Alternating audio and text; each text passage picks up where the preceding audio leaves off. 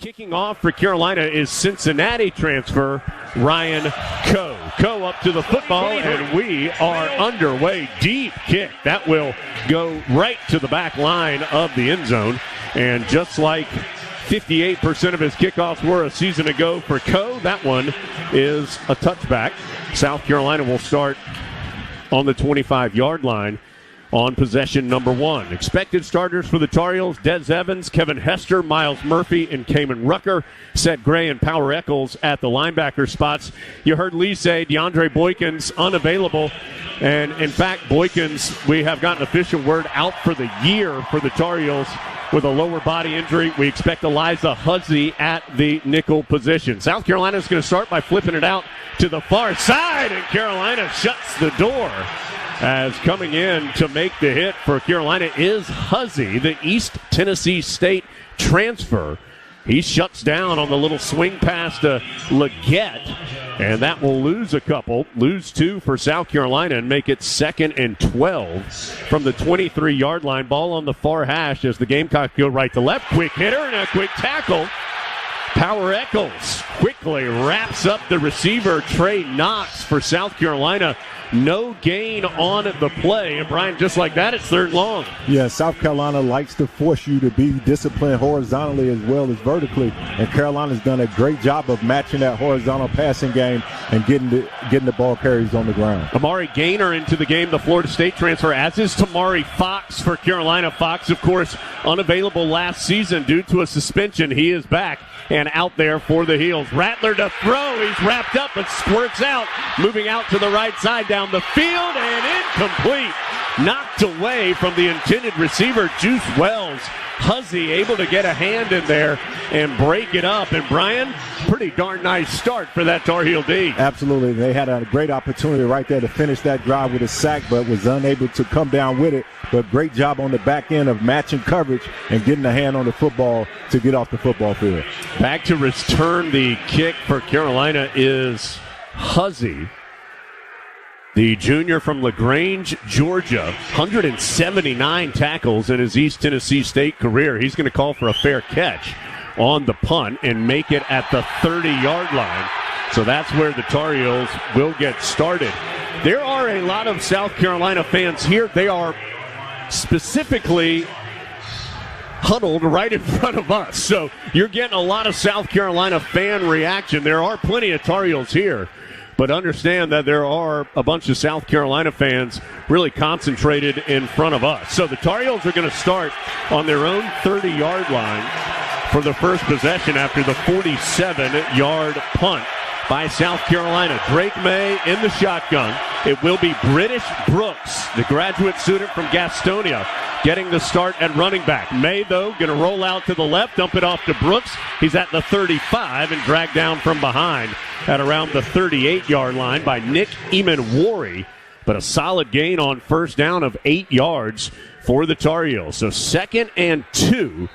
And now Eamon-Warry sits down and maybe shaken up.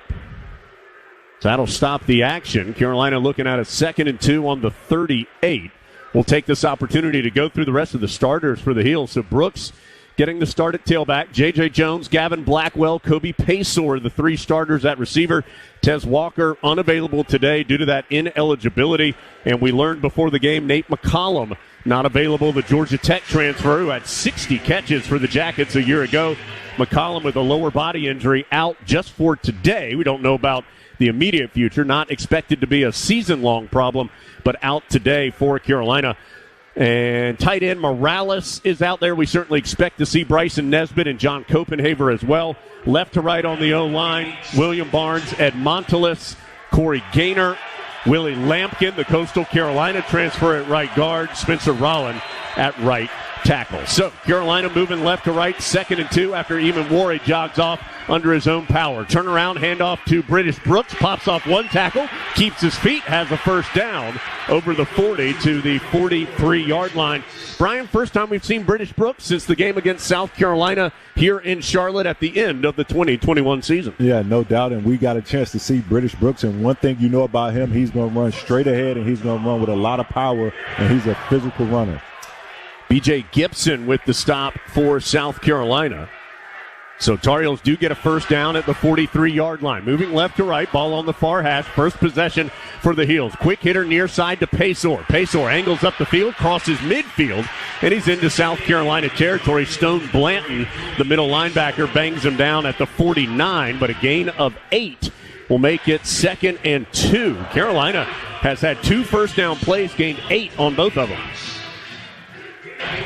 Chip Lindsey calling the plays for the first time. Hand off to British Brooks. Brooks angling to the left into the secondary. Knocked down from behind at the 35-yard line by O'Donnell Fortune, a cornerback for South Carolina. Tar Heels playing with pace and having some success. They're to the Gamecock 34 after the 15-yard run. Omarion Hampton in the game. Hampton 401 yards rushing a season ago for the Heels. So the first down snap coming to May. He's going to send Copenhaver, who's in the game, in motion. Now an end around coming to the near side. Doc Chapman cuts up the field once, twice, and is going to get nice yardage close to the 25-yard line. Jalen Kilgore makes the tackle, a reserve DB for South Carolina, but more positive yards, a gain of 7 on the jet sweep to the wide receiver, Doc Chapman. Carolina moving quickly. May alone in the backfield, finds Copenhaver at the 15, has his pins taken out from underneath him as he moves to about the 9 or the 10-yard line. Another first down for the Tar Heels, who have it 1st and goal. Yeah, right now Carolina, because of the pace and the accuracy, they have South Carolina off balance a little bit. Going to hand off to Hampton, who just bullies his way forward, kind of falls on top of a pile of people to the 6. A gain of 3. Alex Huntley, defensive tackle for South Carolina, with the stop. So 2nd and goal from the 6-yard line for Carolina. Tar Heels last year were 106th in the nation in red zone efficiency. And again, a lot of that ended up dipping in that 4-game losing streak to end the year, where Carolina scored on just 12 of 21 red zone appearances. Morales comes in motion, stops as a wing right side. Heels will run it with Hampton over the 5, falls forward back first to about the 1.5. Keenan Nelson, nickelback for South Carolina, with the stop, and the Heels about 1.5 yards away here, Brian, on 3rd down. Yeah, no doubt, and knowing Coach Brown, is safe to say this is probably 2-down territory. If Carolina doesn't get the touchdown here on 3rd down, look for them to go for it on 4th down, and I wouldn't be surprised if they run the ball every time. Yeah, well, Drake May now is going to set up a wide receiver. British Brooks and Omarion Hampton are in the shotgun, and South Carolina has to take a timeout. South Carolina. So the Tar Heels show the unique formation with May going out wide left. They had 2 running backs in the game with Hampton and Brooks.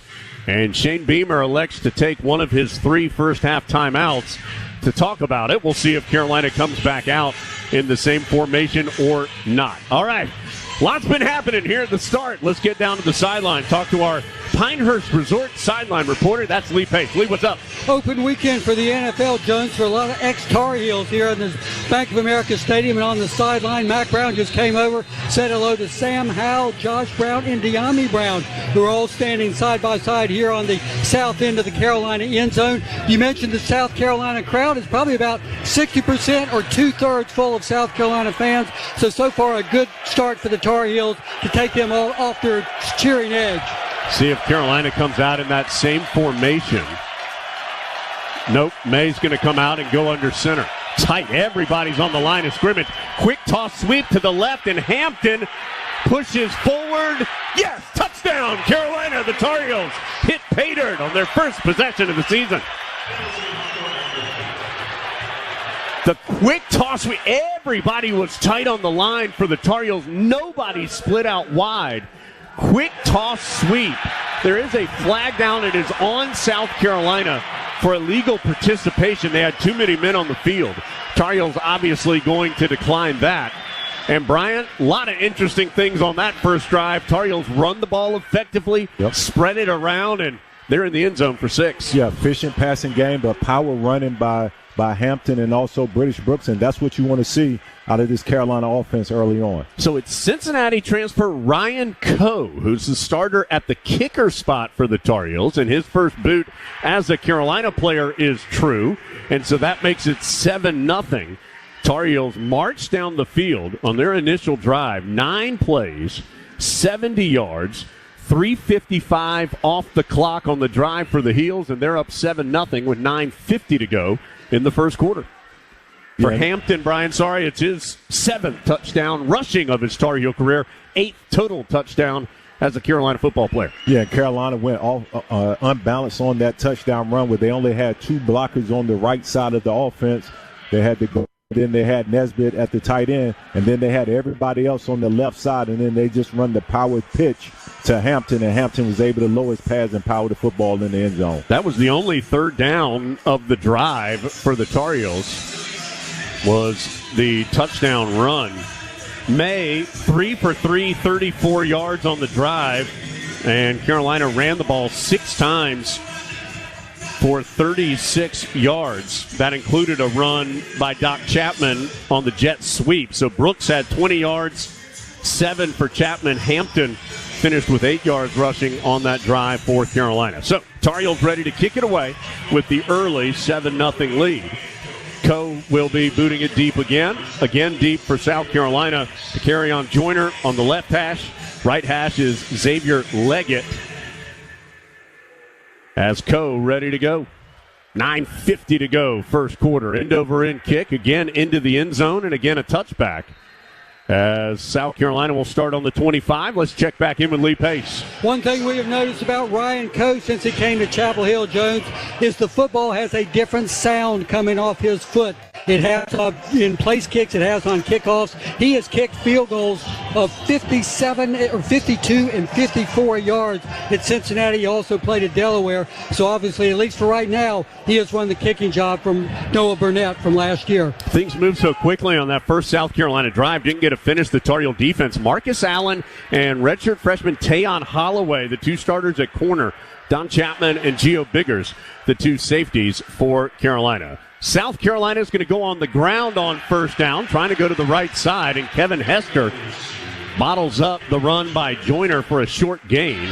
It'll be second down for South Carolina as the Gamecocks tried to stretch it to the right side and got another South Carolina injury as an offensive lineman is down after the gain of 3. Spencer Rattler, 5th-year senior for South Carolina, has his team huddled up back around the 20-yard line. Rattler started his career at Oklahoma, was incredible in 2020, took a step back in 21, transferred to Columbia to be with the Gamecocks. And a handoff and an immediate stop in the backfield. Kaimon Rucker knifes in, drills the Gamecocks, and it's 3rd and long. Yeah, we talked about minus yardage plays on defense, and that's one by Rucker. Good job of just using his speed to get across the face of the blocker and able to come back home with the tackle. That was Joyner, the ball carrier for South Carolina, and he had nowhere to go. 3rd and 10 for the Gamecocks. Rattler out of the shotgun, has time to throw with pressure in his face, is able to complete it down the field for the first down. Ced Gray got there a little late and had big contact right as Rattler was throwing, but was able to complete it to Xavier Leggett at the 42 for a gain of 17 and a first down. Yeah, and that's the one thing. When you play against really good quarterbacks, they're going to be able to stand in the pocket and make throws like this. If you're Carolina, you just got to keep hitting them, and hopefully those plays will come your way. Rattler's going to try one deep down the near sideline, adjusting to the football and making a great catch is Leggett. Boy, Carolina, Holloway was there, but Leggett did a great job adjusting his body and bringing it in at the Tar Heel 21. Big gain for the Gamecocks, and they're right on the doorstep of the Tar Heel red zone. 37-yard pass play for South Carolina. Rattler rolling out to the near side, and he's just going to have to duck down before the pressure gets there. He gains a yard on the play. And it will be 2nd and 9. Yeah, on the explosive play, Holloway was a great body position. Now he just has to be more aggressive going to get the football. He's in position. Now he can look back for the ball and now become the receiver. Tar Heels gave up 29 plays of 30 or more yards a season ago. That one 37. Gets the Gamecocks in good position, but their 2nd and long is going to bring up a 3rd and long as they dump it off to Joyner left side. Cedric Gray chases him down, wraps him up at the 18 for a gain of 2. It'll be 3rd and 7. Moving off the near hash as South Carolina goes right to left at the Carolina 18-yard line. 7-0 Tar Heels. South Carolina 1 of 2 on third downs. Rattler in the shotgun. Has 3 receivers to the open side of the field. That's the right. Tar Heels bring pressure. Open over the middle. Caught at the 5. First and goal, South Carolina. Their tight end, Trey Knox, got in between a couple of heels, including safety Don Chapman. Geo Biggers, the other safety there as well. But now the Gamecocks inside the 5. That's back-to-back 3rd and long. South Carolina's converted. Yeah, Don Chapman on that. He has the tight end. That's a simple little post route, skinny post by the tight end. Don Chapman is looking in the backfield instead of having his eyes on the tight end. Handoff and walking into the end zone is Joyner. Cedric Gray made contact, but not until Joyner was a yard into the end zone for 6. So the Tar Heels get South Carolina into 2 3rd and longs on the drive, but cannot get off the field on either. And the Gamecocks back within a point. Yeah, and how many times have we heard Coach Brown talk about over the years, when you score points, you can't allow the opposing offense to go right back out and get those points back off the board, and that's what Carolina just did on defense. PAT is up and good by Mitch Jeter to tie things up at 7 apiece. That'll send us to another timeout. So Tar Heels force a 3-and-out on South Carolina's first possession. Look like they might get the Gamecocks again, but a couple of explosive plays through the air get South Carolina deep into Tar Heel territory. Joyner eventually punches it in for his 5th career rushing touchdown. Jones on the near hash. Petaway really took a starring role in the return game in the bowl game against Oregon. Remember, he had a 56 and a 36-yard kickoff return, and he's going to have a chance for a return here, fielding it at about the 8-yard line. Coming up the numbers near side, crosses the 20, tried to do a little jump cut from left to right. Had he gotten free, I think he had some space, but instead he's knocked down by Peyton Argent for South Carolina with the special teams tackle. Let's go back to Lee on the sideline. Lee, what's up? Phil Longo used to like to call game from the sideline, but Chip Lindsey elected to go upstairs. He likes to look upstairs and calling down. One of the people he is signaling into is Manny Miles, former walk-on Tar Heel quarterback, son of Hall of national title winner Les Miles' coach. He has come back to Carolina as an offensive analyst. So 23-yard line is where Carolina will be starting. May's going to do the design quarterback draw, cutting to the left, and is shut down there. He just has to hustle to the sideline. He is wrapped up eventually by Keenan Nelson right before May could get to the Tar Heel boundary. It is a gain of just 1 on the play for May on the designed run, and that'll bring up 2nd and 9. Tar Heels march down the field, 9 plays, 70 yards, and a touchdown on their initial drive. First time, really, they didn't have a successful first down gain. Remember, they were gaining 7 or 8 yards on first downs on the first drive. Now looking at a 2nd and 9. 3 receivers to the right, 1 to the left. May to throw, has a man open. Morales ripping the ball away from the defender. Brings it in at the 35 on the near hash. Falls forward to the 37 for the first down. Keenan Nelson was doing his best to get the ball away from Morales, and Kamari just wouldn't let him. The 5th-year senior, actually graduate student, able to get the catch and move the chains. And there's another Gamecock injured. It is Eamon Worry again. Nick Eamon Worry, who made a tackle early in the game, came off injured. He was back in there, but immediately right back out. And that's a big loss for South Carolina. He was a freshman All-America a season ago. That gain was 13 yards, Brian, and a first down. Yeah, Jones, when you talk about quarterbacks, everybody get enamored with the deep balls down the field, but it's those short throws, the intermediate routes, and the balls like Drake May just threw that separate the good from the great quarterback. British Brooks back in at the running back spot, but it's going to be a jet sweep again to Doc Chapman going to the left side. Chapman crossing over the 40, takes a big pop, but gets good yards as he falls forward to the 41, maybe even the 42. O'Donnell Fortune was able to get off the block of Bryson Nesbitt out wide left to make the tackle, but a solid gain of 4.5 on the first down run. We'll call it 2nd and 6 for the Heels. It's twice now that Carolina's used Doc Chapman, the redshirt freshman from Virginia Beach, on a jet sweep. And this time they're going to keep it more traditionally on the ground to British Brooks.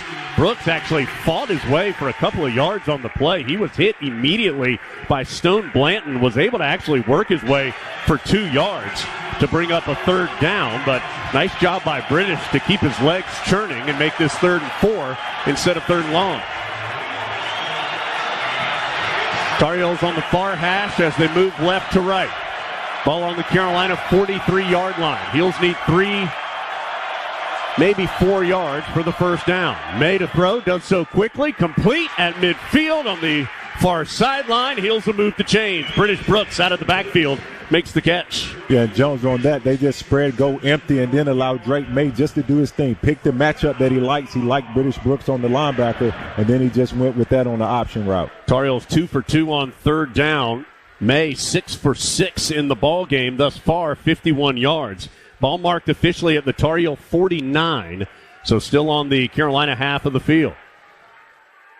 Long mesh to Brooks. May pulls it out. Boy, what a throw as he comes all the way to the near sideline. J.J. Jones brings it in at the Gamecock 46. Well, that's only about a 5-yard gain, but what a throw by May as he held that mesh point a long time, had traffic around him, and still threw a dart across the field. Tar Heels now on the South Carolina side of things at the 45. May, quick hitter to the far side. Brought in and dancing through traffic by the Tar Heels. It is Paysor who made the catch. He advances to the 41-yard line. And that's going to be just enough, I think. Yes, they will. Yes, they will move the chains. Looked like there was some question, but it is enough for the first down. And Tar Heels will get going again. Remember, new rule this year, clock does not stop for first downs to move the chains. That only occurs in the final 2 minutes of the second quarter and the fourth quarter. Handoff to Amarian Hampton, and he had no chance that time, as flying into the backfield was Debo Williams for South Carolina. Immediately tripped up Hampton as he tried to stretch it to the left side, and the Heels lose a couple. Second down. Actually lose more than a couple. They lose 5 on the play. It'll be 2nd and 15. Yeah, that's just a B-gap blitz. Lumpkin wasn't able to pick that up, and then that resulted in the loss for the game. Lampkin, loss for yards. I'm sorry, Tony. Lampkin, Sunbelt Offensive Lineman of the Year a season ago at Coastal Carolina. Starting at one of the guard spots for the Tar Heels. May is going to come out of the pocket and run. Steps to a tackle at the 40. Still turning his legs. Tripped up from behind at the 30-yard line. But it's going to be a scramble and a first down for Drake May. Gets 16. Brian Thomas able to get May from behind, but not before the lanky Tar Heel QB moves the sticks. Carolina moving with some pace. Game tied at 7. Handoff to Hampton. Boy, he is aggressively tackled as he tries to stretch it left side. Ends up gaining maybe a yard. Brian Thomas Jr. again, as well as a couple other Gamecocks, including Debo Williams, involved on the hit. 1:05 and counting, first quarter, 7-7. Carolina and South Carolina all knotted up. Tar Heels scored a touchdown on their only possession thus far. South Carolina's gone 3 and out and then scored. This ball marked on the 29, so it is 2nd and 9 for the Heels. Petaway goes in motion. May's going to dump it off to him on the far side, but a quick hit by Debo Williams missiling in and taking out Petaway as soon as he caught it for no gain on the far sideline. So that'll bring up 3rd and 9. Yeah, that play didn't result in much, but I like the idea of getting Petaway involved in the passing game because he does bring an element in the passing game that the other running backs don't have. Tar Heels don't have to snap the ball. Well, they do. Their play clock's 1 second ahead of the game clock. So Tar Heels will have to snap it here on 3rd and 9 before the first quarter comes to a close. They do so to May. Pressure coming backside. He gets rid of it to Paysor. Brings it in at the 28-yard line. As Carolina goes right to left. Jones and Paysor to the short side of the field. Morales and Blackwell to the near side. British Brooks standing to the left of May, who is in the shotgun. 7-7 the score. Big early play as Carolina goes for it on 4th down to start the second quarter. Brooks flips over now to May's right. Play clock at 9. May claps his hands. Here we go. Quick throw and incomplete. Gavin Blackwell was angling in from the left side. Looked like that ball hit him in the hands. O'Donnell Fortune was defending. And the Tar Heels turn it over on downs. Brian, in real time, looked like that ball was there. Yeah, no, it was definitely a ball that was on the mark. Yeah, it went right through. Yeah, he just dropped that one. Yeah. So Gavin Blackwell, unfortunately, the redshirt sophomore from Indian Trail, North Carolina, can't bring in the catch on one I think he probably makes 95 times out of 100, if not more. And the Tar Heels turn it over on downs after 13 plays and 54 yards. South Carolina will start on its own 23-yard line. They're in a Wildcat formation, and Carolina slams the door. DeCarrion Joyner was in the Wildcat spot, took the snap, faked the handoff, and tried to run, but Kaimon Rucker and Tamari Fox were right there for a loss of 3 back to the 20. 2nd and 13.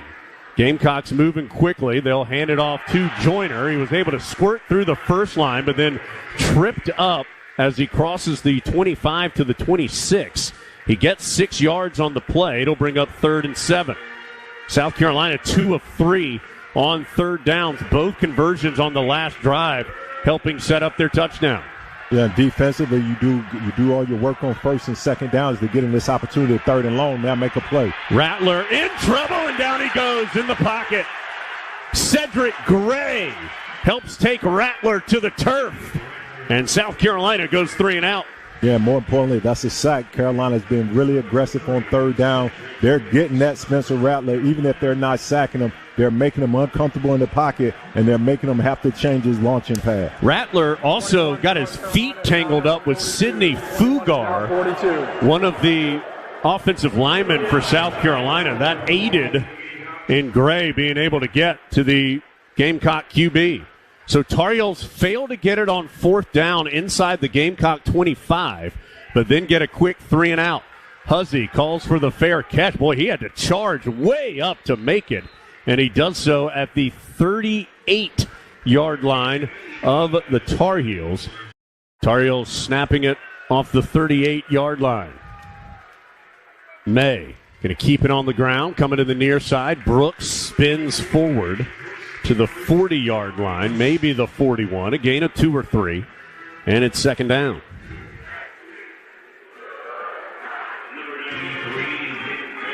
(7-7) our score, 13:05 to go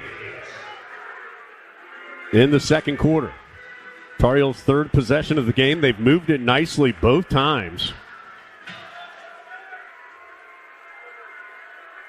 And May's going to play action. Roll out to the right. Blanton trying to close down space. May's too fast for him. Gets to the far sideline. Tiptoeing there. Stepped out before he could really get going down the field.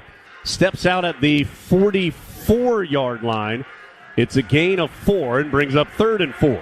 Yeah, Blanton learns what a lot of defenders learn, that Drake May a little faster than what you think once he gets out in the open field. The long strider can run away from defenders, especially from the linebacker position. Tar Heels send 3 receivers, including British Brooks, to the near side. Bryson Nesbitt and J.J. Jones out far right. 3rd and 4. So May alone in the backfield for this 3rd down play. Tar Heels 2 of 3 on 3rd down. May, a lot of time to throw. Now rolls out to the left side. Still eyes down the field. Now he's going to the right. Throws back to the middle. Caught, 1st down. Bryson Nesbitt brings it in at the Gamecock 42-yard line. Well, that play took forever, but May was the coolest guy in the stadium.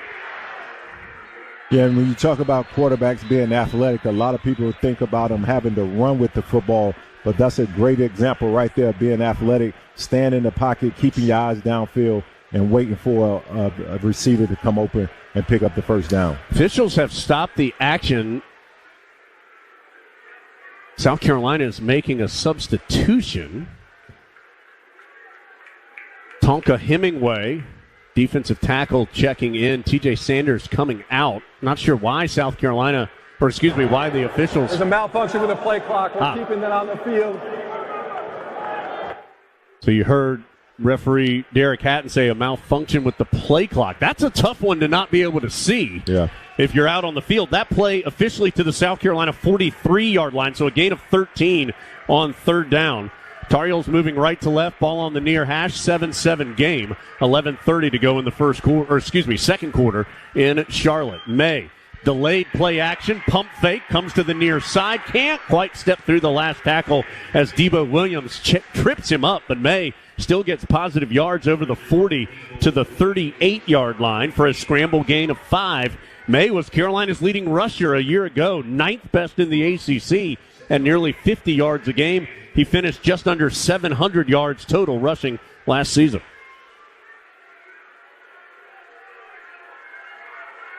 Second down for Carolina. Ball on the South Carolina 38-yard line.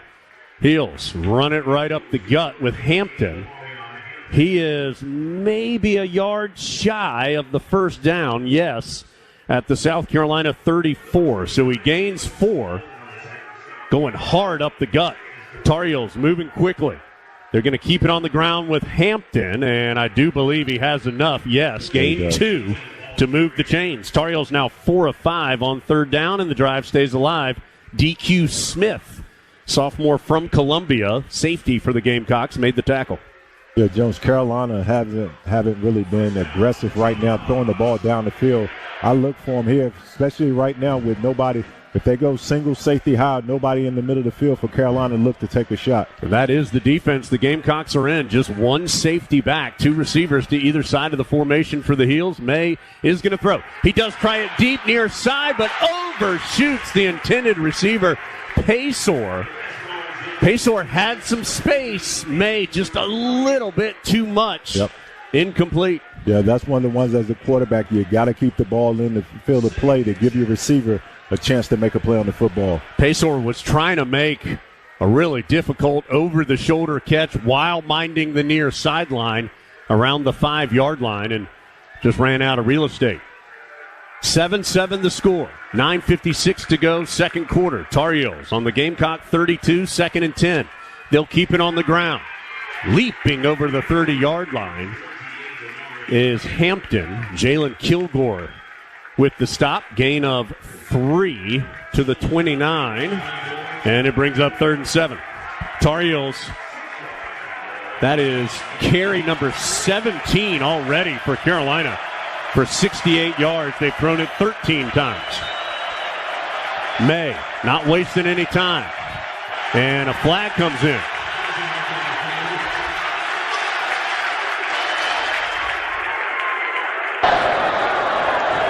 Snap infraction. Offense, number 65. 5-yard penalty. 3rd down. South Carolina crowd pleased with itself. They feel like they helped force Gaynor into the snap infraction. May had started to walk up to the line of scrimmage. And that penalty, first one of the night, moves the ball back to the 34. And most importantly, makes it 3rd and 12 now. So 3rd and 7 wasn't easy. 3rd and 12 is even harder. Ball in between the 2 hashes. May claps his hands, gets the clean snap. Has time to throw, rips it complete, caught at the 20, first down. Cutting to the near side is J.J. Jones. He'll get close to the 15 to move the sticks. Boy, that was a rocket from May, who had good protection, stayed in the pocket, and delivered a strike to his junior receiver from Myrtle Beach. Yeah, Carolina's just going with the stack release with the 2 receivers on the outside. Another penalty. Gain of 18 on the play, but there's another penalty. Ball start. Offense, number 5. 5-yard penalty. First down. So that's Jones, who just made the big play. And Brian, help me out. How can you ever get a false start at wide receiver? Especially at wide receiver, because you should be looking at the football anyway. That's just a lack of concentration. Maybe a little fatigue, not fatigue, but a little winded from the play previously, and now then just lose focus. He's coming out. J.J. Jones, Andre Green has come in, the redshirt freshman from Richmond. He'll come in, and he'll be wide right for this 1st and 15 snap for the Tar Heels. And another flag. Delay game. Offense, 5-yard penalty. Still first down. Well, that's, as you heard, a delay of game. Yeah. And remember, the play clock was malfunctioning in the stadium. Now it is working. But that is now 3 straight penalties for the Tar Heels sandwiched around that third down strike to Jones. A snap infraction, a false start, and a delay of game makes it 1st and 20. A low throw on the quick hitter to Pacor far side. He's able to get his hands underneath it and move down the far numbers to the 20-yard line for a gain of 6. So it'll be 2nd and 14. Ball on the far hash at the 20. Tar Heels and Gamecocks tied at 7:32 and counting in the second quarter. And that sequence of plays you just can't have. You pick up a big first down, and then you get 3 penalties in a row to put you in a 1st and 20 situation. Makes it difficult to score a touchdown. 2 receivers to either side, Brian, for the 2nd and 14. May looks to his left, throws to his right, and incomplete. Looked like the intended receiver was Andre Green. He and Pacor were both in the area, but the throw was not particularly close to either one of them. And that brings up 3rd down now. Tar Heels 5 of 6 on 3rd downs, but this is 3rd and 14. They need the 6-yard line for the first down. They're snapping it off the 20. Yeah, it'll be interesting if Carolina feels really good about the field goal position right now, and because of that, see if they take a shot to see if they can score 6. Ball on the far hash. May to throw. Looking down the field, takes a hit and dropped by Gavin Blackwell again. He did not have anyone around him on the left hash at the 12-yard line, and Blackwell, for the 2nd time tonight, drops it. Yeah, and if Blackwell makes that catch in stride, he can possibly score. Nobody's around. All he would have to do is make the safety miss from about 10 or 12 yards closing in, and he should be able to do that. That would have definitely been a first down, possibly a touchdown. Tar Heels without Tez Walker and Nate McCollum, 2 expected key contributors at the wide receiver position. Ryan Coe going to come in, try the field goal off the right hash from 37 yards, and the line drive kick is through for the Cincinnati transfer. So Tar Heels wanted 7. They'll walk away with 3 and the lead. 10-7 the score, 7:05 to go. Second quarter in Charlotte. Tar Heel football from Learfield. 10-7 Tar Heels, 6:58 to go, second quarter. Carolina football brought to you in part by the Good Feet store. If you have foot, knee, hip, or back pain, Good Feet Arch Supports are engineered to support all 4 arches to provide pain relief, balance, and comfort. Try them for yourself. Book your free fitting today at goodfeet.com.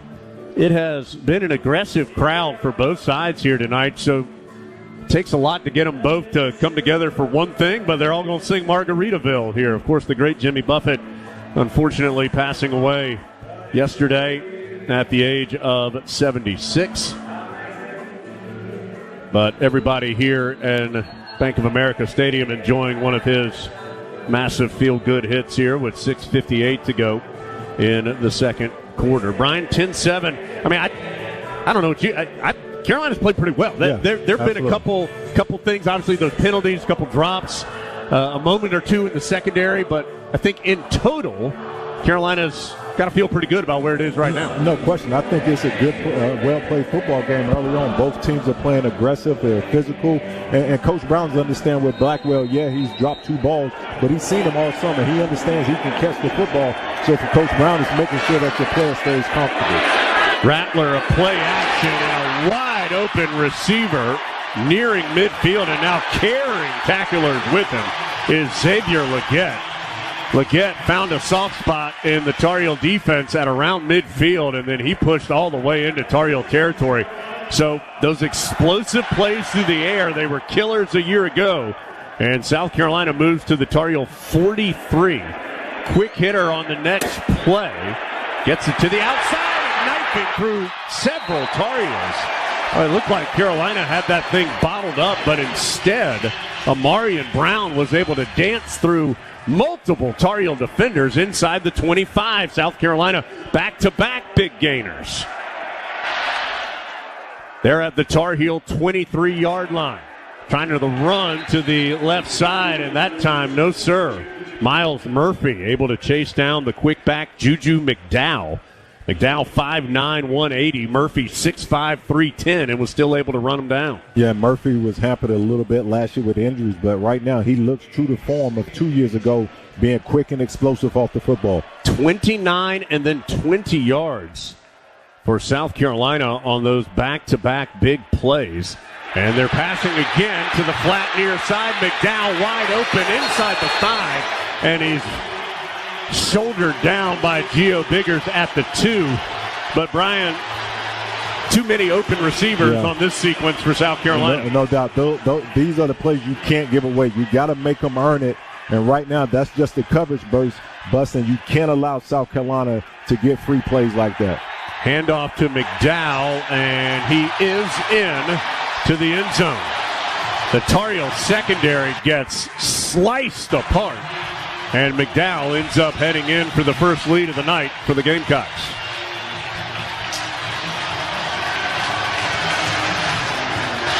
That was way, way too easy. That was only 5 plays to go 72 yards.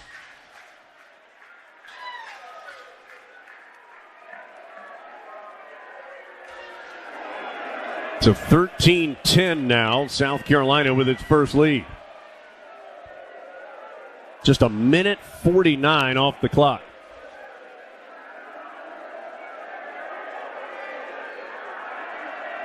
Yeah, the same way on the offensive possession with the penalties.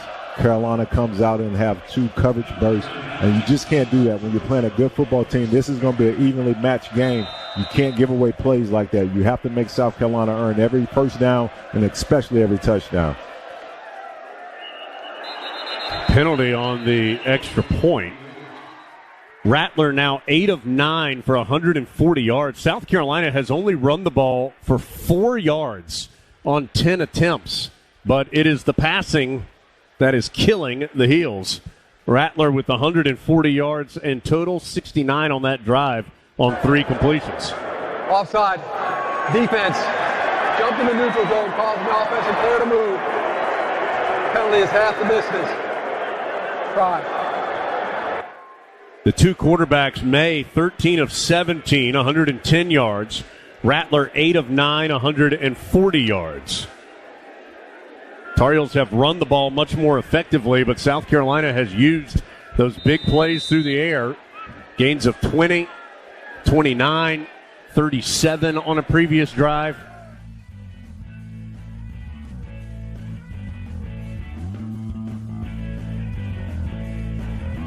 South Carolina with its first lead of the ball game, 14-10. The touchdown run by McDowell, officially from 1 yard out, caps the 5-play, 72-yard drive. It is the 5th touchdown of McDowell's career on the ground. So Carolina to receive the kickoff here, now down by 4, 5:16 to play before halftime. Everyday style is easy with favorite looks for family fun and saving a ton. Whether you're savoring summer or gearing up for fall, Kohl's has you covered. Shop Kohl's and Kohl's.com today. That's KOHLS. Brian, Tar Heel offense has moved the ball pretty consistently. Haven't had a ton of explosive plays necessarily, but have consistently moved the ball. It's been those explosive plays on the other side, though. South Carolina with 3 plays of 20 or more yards that have helped them to the 14-10 lead. Yeah, but Carolina, if you're Carolina, you feel good of the way you're moving the football, and you always feel good offensively. You got Drake May, 5:16 left in this half, and you get the ball back coming out of the locker room after halftime. So Carolina, see if they can get a sustained drive here, get some points, and then get the football out and see if we can double up on possessions. Kickoff is going to go 2 yards into the end zone. DJ Jones will put his arms out by his side, straight out, to let his teammates know he's not going to try and field it. So it will be a touchback. Tar Heels will start on their own 25. Carolina scored on its first possession. It was an Amarian Hampton 1-yard touchdown run, capped off a 70-yard drive. South Carolina has scored on 2 of its 4 possessions. Tar Heels have added a field goal as well. So 14-10. Those field goals, by the way, brought to you by Allstate. They're Allstate Good Hands field goals. 14-10 our score. Ball on the 25 near hash as the Heels go right to left. May standing tall in the pocket, caught by Morales. He had to fall to the ground to make the catch at the 30, so couldn't advance it on the right hash, but does gain 5 on first down. So 2nd and 5 for the Heels. 2 timeouts for South Carolina, all 3 for the Tar Heels. Carolina scheduled to get the ball to start the second half. Heels keep it on the ground this time with British Brooks. Heavy traffic up the middle. Is able to get 2 to the 32-yard line. Stone Blanton comes in from his middle linebacker spot for the stop. And Carolina facing a big third down. Yeah, you have to pick this third down. You don't want to go 3 and out and give South Carolina an opportunity to get the football back again the way they're moving it on your defense. 4:20 and counting. 3 receivers to the open side of the field. That's the left. 1 receiver out to the right. Made a throw on third down. Uncorks it down the field. Open Morales in South Carolina territory. Pushed out of bounds at the 40. But it's a first down and a big gain for Carolina. DQ Smith beaten on the play in the secondary for the Gamecocks. Yeah, good route by Morales, and then all you have to do is wait for the ball to drop in your arms by May. Good timing, good ball, great pickup for Carolina offensively. 28 yards. Tar Heels are 6 of 8 now on third down. Ball on the near hash, clock moving, 3:40 in the second quarter. South Carolina 14, Tar Heels 10. Play clock down to 10. May has Brooks behind him in the pistol. He'll turn and hand to him. Brooks coming to the near side. Cuts through a tackler, dragging a Gamecock with him as he leaps over the 35 to the 34 for a gain of 6. Brian Thomas was hanging on for dear life on the calf of British Brooks as the veteran back gains 6 to make it 2nd and 4. Yeah, and that's a great pickup on first down. If you can run the football on first down and pick up 6 yards, you can live with that and be very productive offensively. Gotta hope that this running with these big backs and these long drives pays dividend down the road in this game for the Tar Heels. May, play action, going to throw. Has a man open. Touchdown, Carolina! Kobe Paysour cradles it home for 6. Keenan Nelson could do nothing but watch Paysour head into the end zone. And you knew it was just the amount of time, and all that was just a slot fade. And with the way they're playing the safety single high or no high, you knew that Carolina was going to try taking advantage of that and allow Drake May just to survey the land and then put the ball in his receiver's hand. May to Paysour. 2 guys that have good chemistry together. Paysour last year, when Downs was out, 3 games, had 20 catches, 263 yards, and 3 scores. Coe adds the extra point to make it 17-14. Another timeout on the field. And we will take it. Tonight's broadcast of the Dukes Mayo Classic from Charlotte is presented by Allen Tate Realtors. You're listening to Tar Heel Football. It's been a fun first half so far. Both teams doing some good things. South Carolina's used the big play to its advantage. The Tar Heels have really done a nice job methodically moving the ball on every possession. 17-14, the score in total. Tar Heels up by 3. We're going to check in with Lee on the sideline after we break 10 seconds for station identification down the lines on the Tar Heels Sports Network.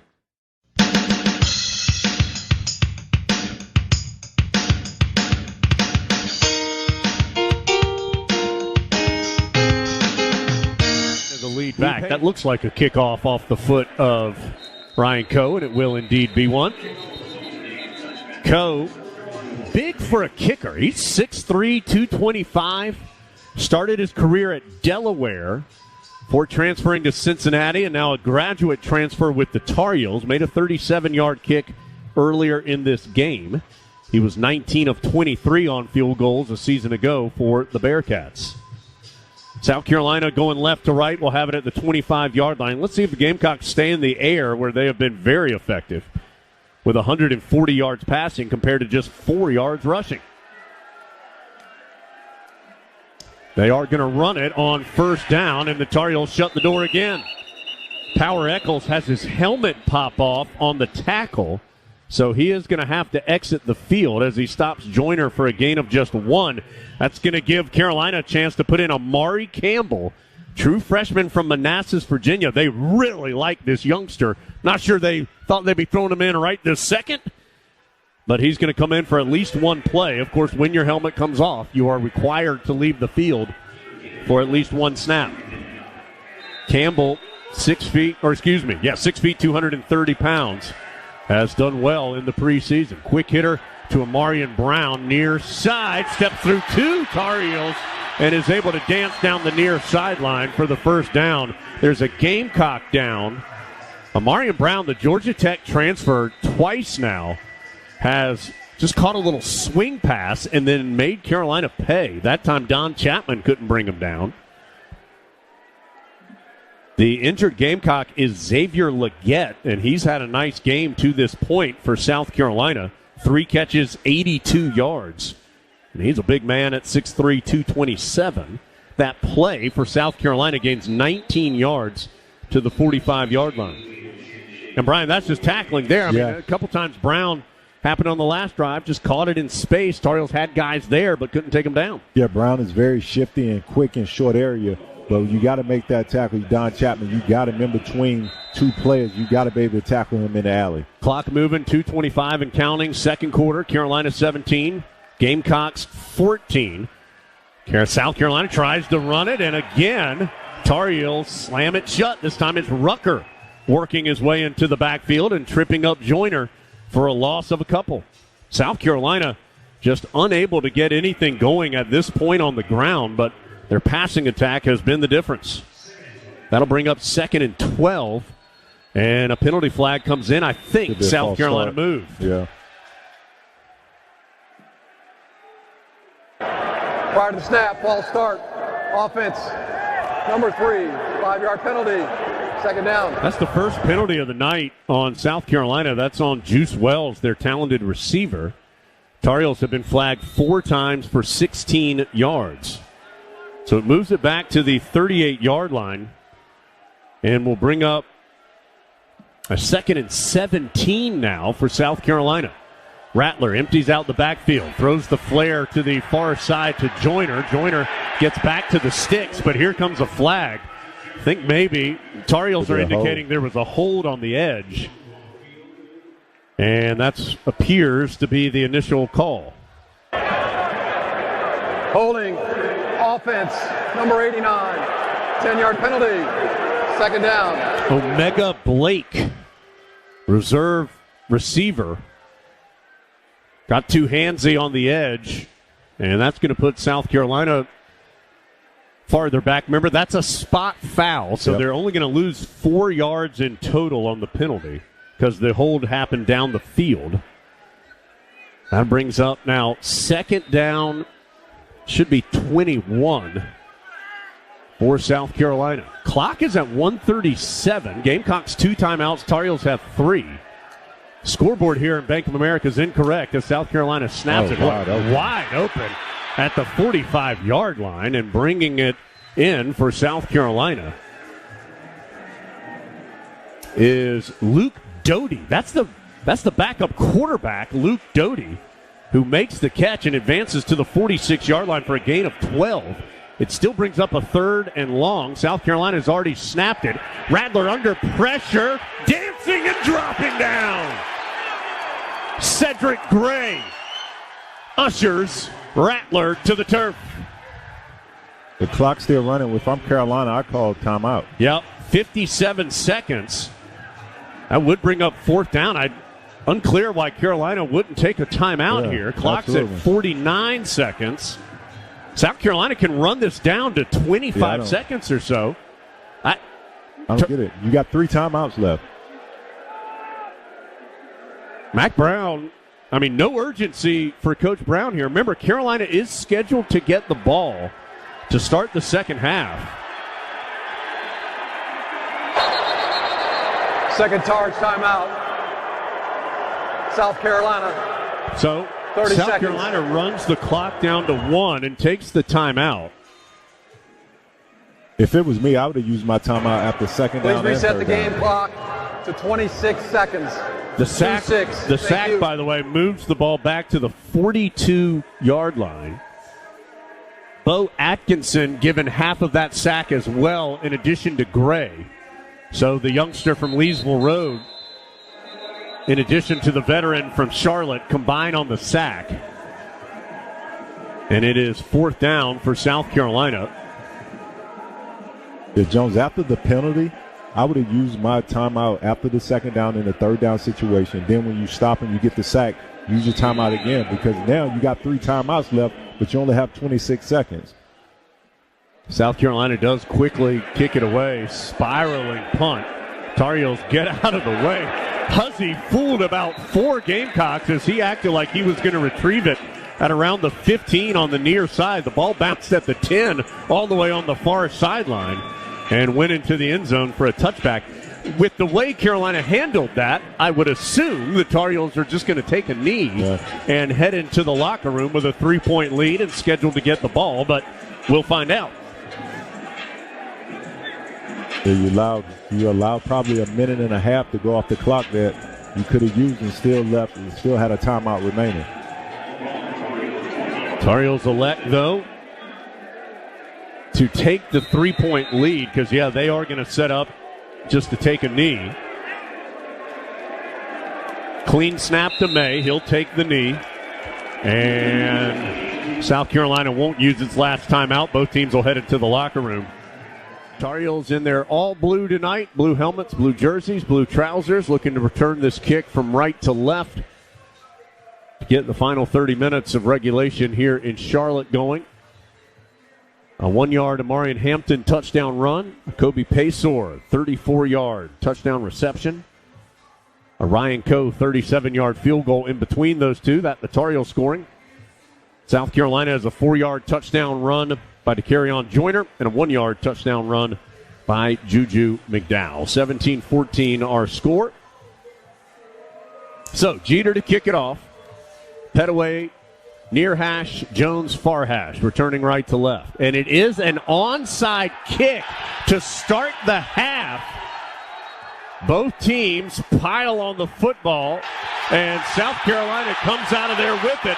Their kicker, Mitch Jeter, recovers it. He hit a little roller right up the middle and was able to recover. Illegal recovery of an onside kick. 1st down, South Carolina. Brian, off the air. Yep. What did I tell you? I said, Brian, watch out for an onside kick to start the second half. South Carolina doesn't want to give the Tar Heels the football. Yep. And by golly, they did it.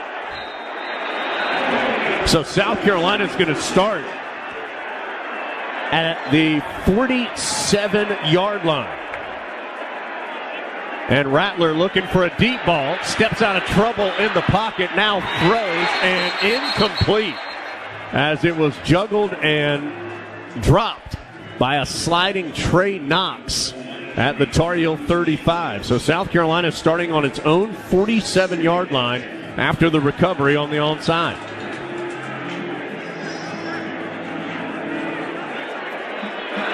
Still 17-14, now 2nd and 10. Rattler in the pistol. Turns and hands off to Joyner. Crosses the 50. And gets to the 47 of the Tar Heels for a gain of 6. And it'll bring up 3rd down. Gray and Hester combined on the stop. South Carolina 2 of 5 on 3rd down in the first half. So the Tar Heels don't elect to take timeouts late in the first half, with them scheduled to get the ball to start the second. And then South Carolina goes onside, but they are off the mark on 3rd and 4. Rattler tried the quick throw to the left side. Amarian Brown, throw was too wide. Des Evans providing some pressure And South Carolina is going to leave the offense on the field. Yeah. So Gamecocks rolling the dice a couple times here early. Tar Heels making a late sub. Amari Gaynor just getting out there. Rattler to throw. Dropped and incomplete. Brown, the intended receiver, between the numbers and the sideline far side. He could not bring it in. The Tar Heels get the football. Yeah, and that was the same route, and South Carolina was unable to connect on that. Carolina got away with that, got lucky. They were not organized with substitution, really only had 10 men on the field to start that play. So South Carolina rolls the dice on the onside, gets the football, but then can only get 6 total yards. And the Tar Heels, out of all of it, end up getting good starting field position here at the 47, their own 47, moving from right to left, ball on the near hash. Let's see how May and the offense can do. Throw to Nesbitt in heavy traffic, made a nice catch over the 50. He was immediately drilled out of bounds by O'Donnell Fortune, but that was a good catch by Nesbitt for 4 yards to make it 2nd and 6. Nesbitt, of course, his dad, terrific player, 3-time All-SEC, in the Hall of Fame at South Carolina. Jamar May hands off to Brooks, stretches to the right side, cuts it up the field. He gets 2 to the South Carolina 47. DQ Smith with the stop. So now the Tar Heels have gained 6 yards on their first 2 plays and have a 3rd and 4. It has been eventful first 90 seconds of the second half, still 17-14. Tar Heels on top. Ball between the hashes as Carolina goes right to left. It is sitting in the Dukes Mayo Classic logo adorning midfield. May's going to be by himself in the shotgun. 3 receivers to the left and 2 to the right. South Carolina showing pressure at the line. And May's going to have to take a timeout. Play clock was at 4. So don't know if it was that or the fact that he just didn't like what he saw. But Carolina's going to take an early timeout here in the second half, and we will take it with them. 13:06 to go in the third quarter. 17-14 Tar Heels from Learfield. This is Carolina football from Learfield. Here early in the third quarter, Tar Heels with the 3-point lead and the ball. We've seen both teams make some big plays on both sides of the ball. Although Carolina's offense, really, the only thing that stopped the Tar Heel offense are some drops. Penalties. And a couple penalties, although they overcame them okay. But right now, they're looking at another big third down. They were very good, as we referenced, 6 of 8 on third down in the first half. May, this time, remember, he had 5 wide last time. He's going to have Brooks to his left. Nesbitt, Paysor, and Blackwell out to the left. J.J. Jones, the lone receiver, to the right. Man-on-man with Marcellus Dial out there. Third down. Tar Heels going to run it with Brooks. Popped just shy of the first down. He ran physically up the gut, but couldn't quite get that last yard. He stopped at the 44. Go for it. But, Brian, it looks like the offense staying on the field. Yep. Tar Heels are 0 for 1 on 4th down so far. A 3 tight end set. Carolina moving quickly, trying to catch South Carolina in a sub. But the officials don't let the Heels snap it because they change personnel. Tar Heels have a Wildcat formation out there. Brooks is in the shotgun, and he gets the snap, trying to diagnose his way right side, and he has the first down. So May was out wide to the left. Brooks was in there to take the snap. He was joined by Hampton in the backfield, and Brooks able to pick his way to move the sticks. He advances it to the 38-yard line. Gain of 6 on the play. 17-14 Tar Heels. May in the pistol. Hampton stays in behind him. Play action. May rolling out to the right, looking back to the left. He's going to try one deep. Blackwell, yes, has it. Just short of the end zone. Had to come back and cradle it home at the 1. Tar Heels first and goal.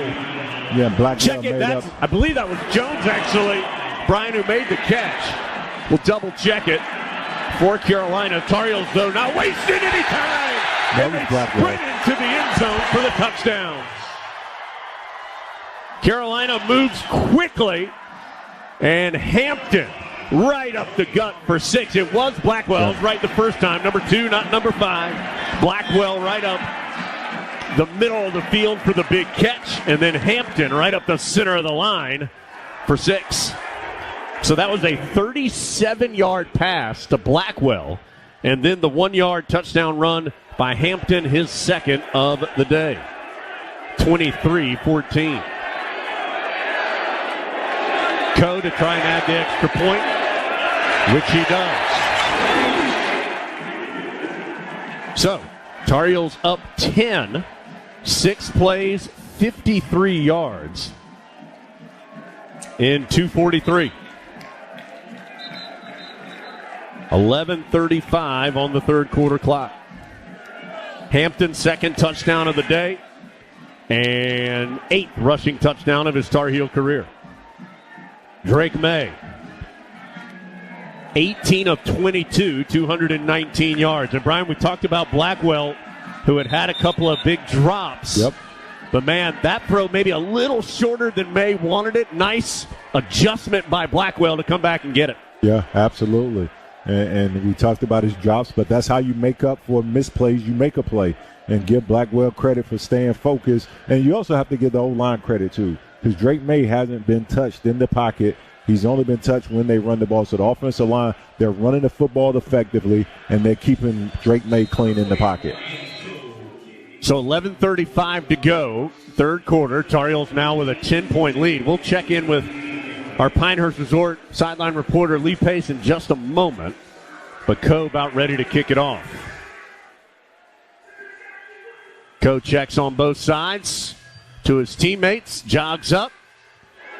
This kick a little lower, and it just angles over the front left portion of the end zone for a touchback. Didn't quite get out of bounds. The official there right on the edge kind of leaned down and really looked at it to see when it crossed the sideline, whether it was before or after it went past the pylon, and the line judge, Jared Williams, decided, yep, that is a touchback. All right, let's check in with Lee before South Carolina gets started. Well, a story of redemption over here for Gavin Blackwell. He was disheartened after those drops earlier. Now he's taking a lot of celebratory high fives from Drake May, Natron Means, an offensive analyst. The 2 wide receiver transfers who are not playing, Tez Walker and Nate McCollum, also a happy guy, Gavin Blackwell. South Carolina, Lee, on the first play, tries to stretch it to the left side with Joyner, but the Heels, led by Cedric Gray, make the stop for a minimal gain. It will be, in fact, no gain, maybe length of a football, but we'll call it 2nd and 10.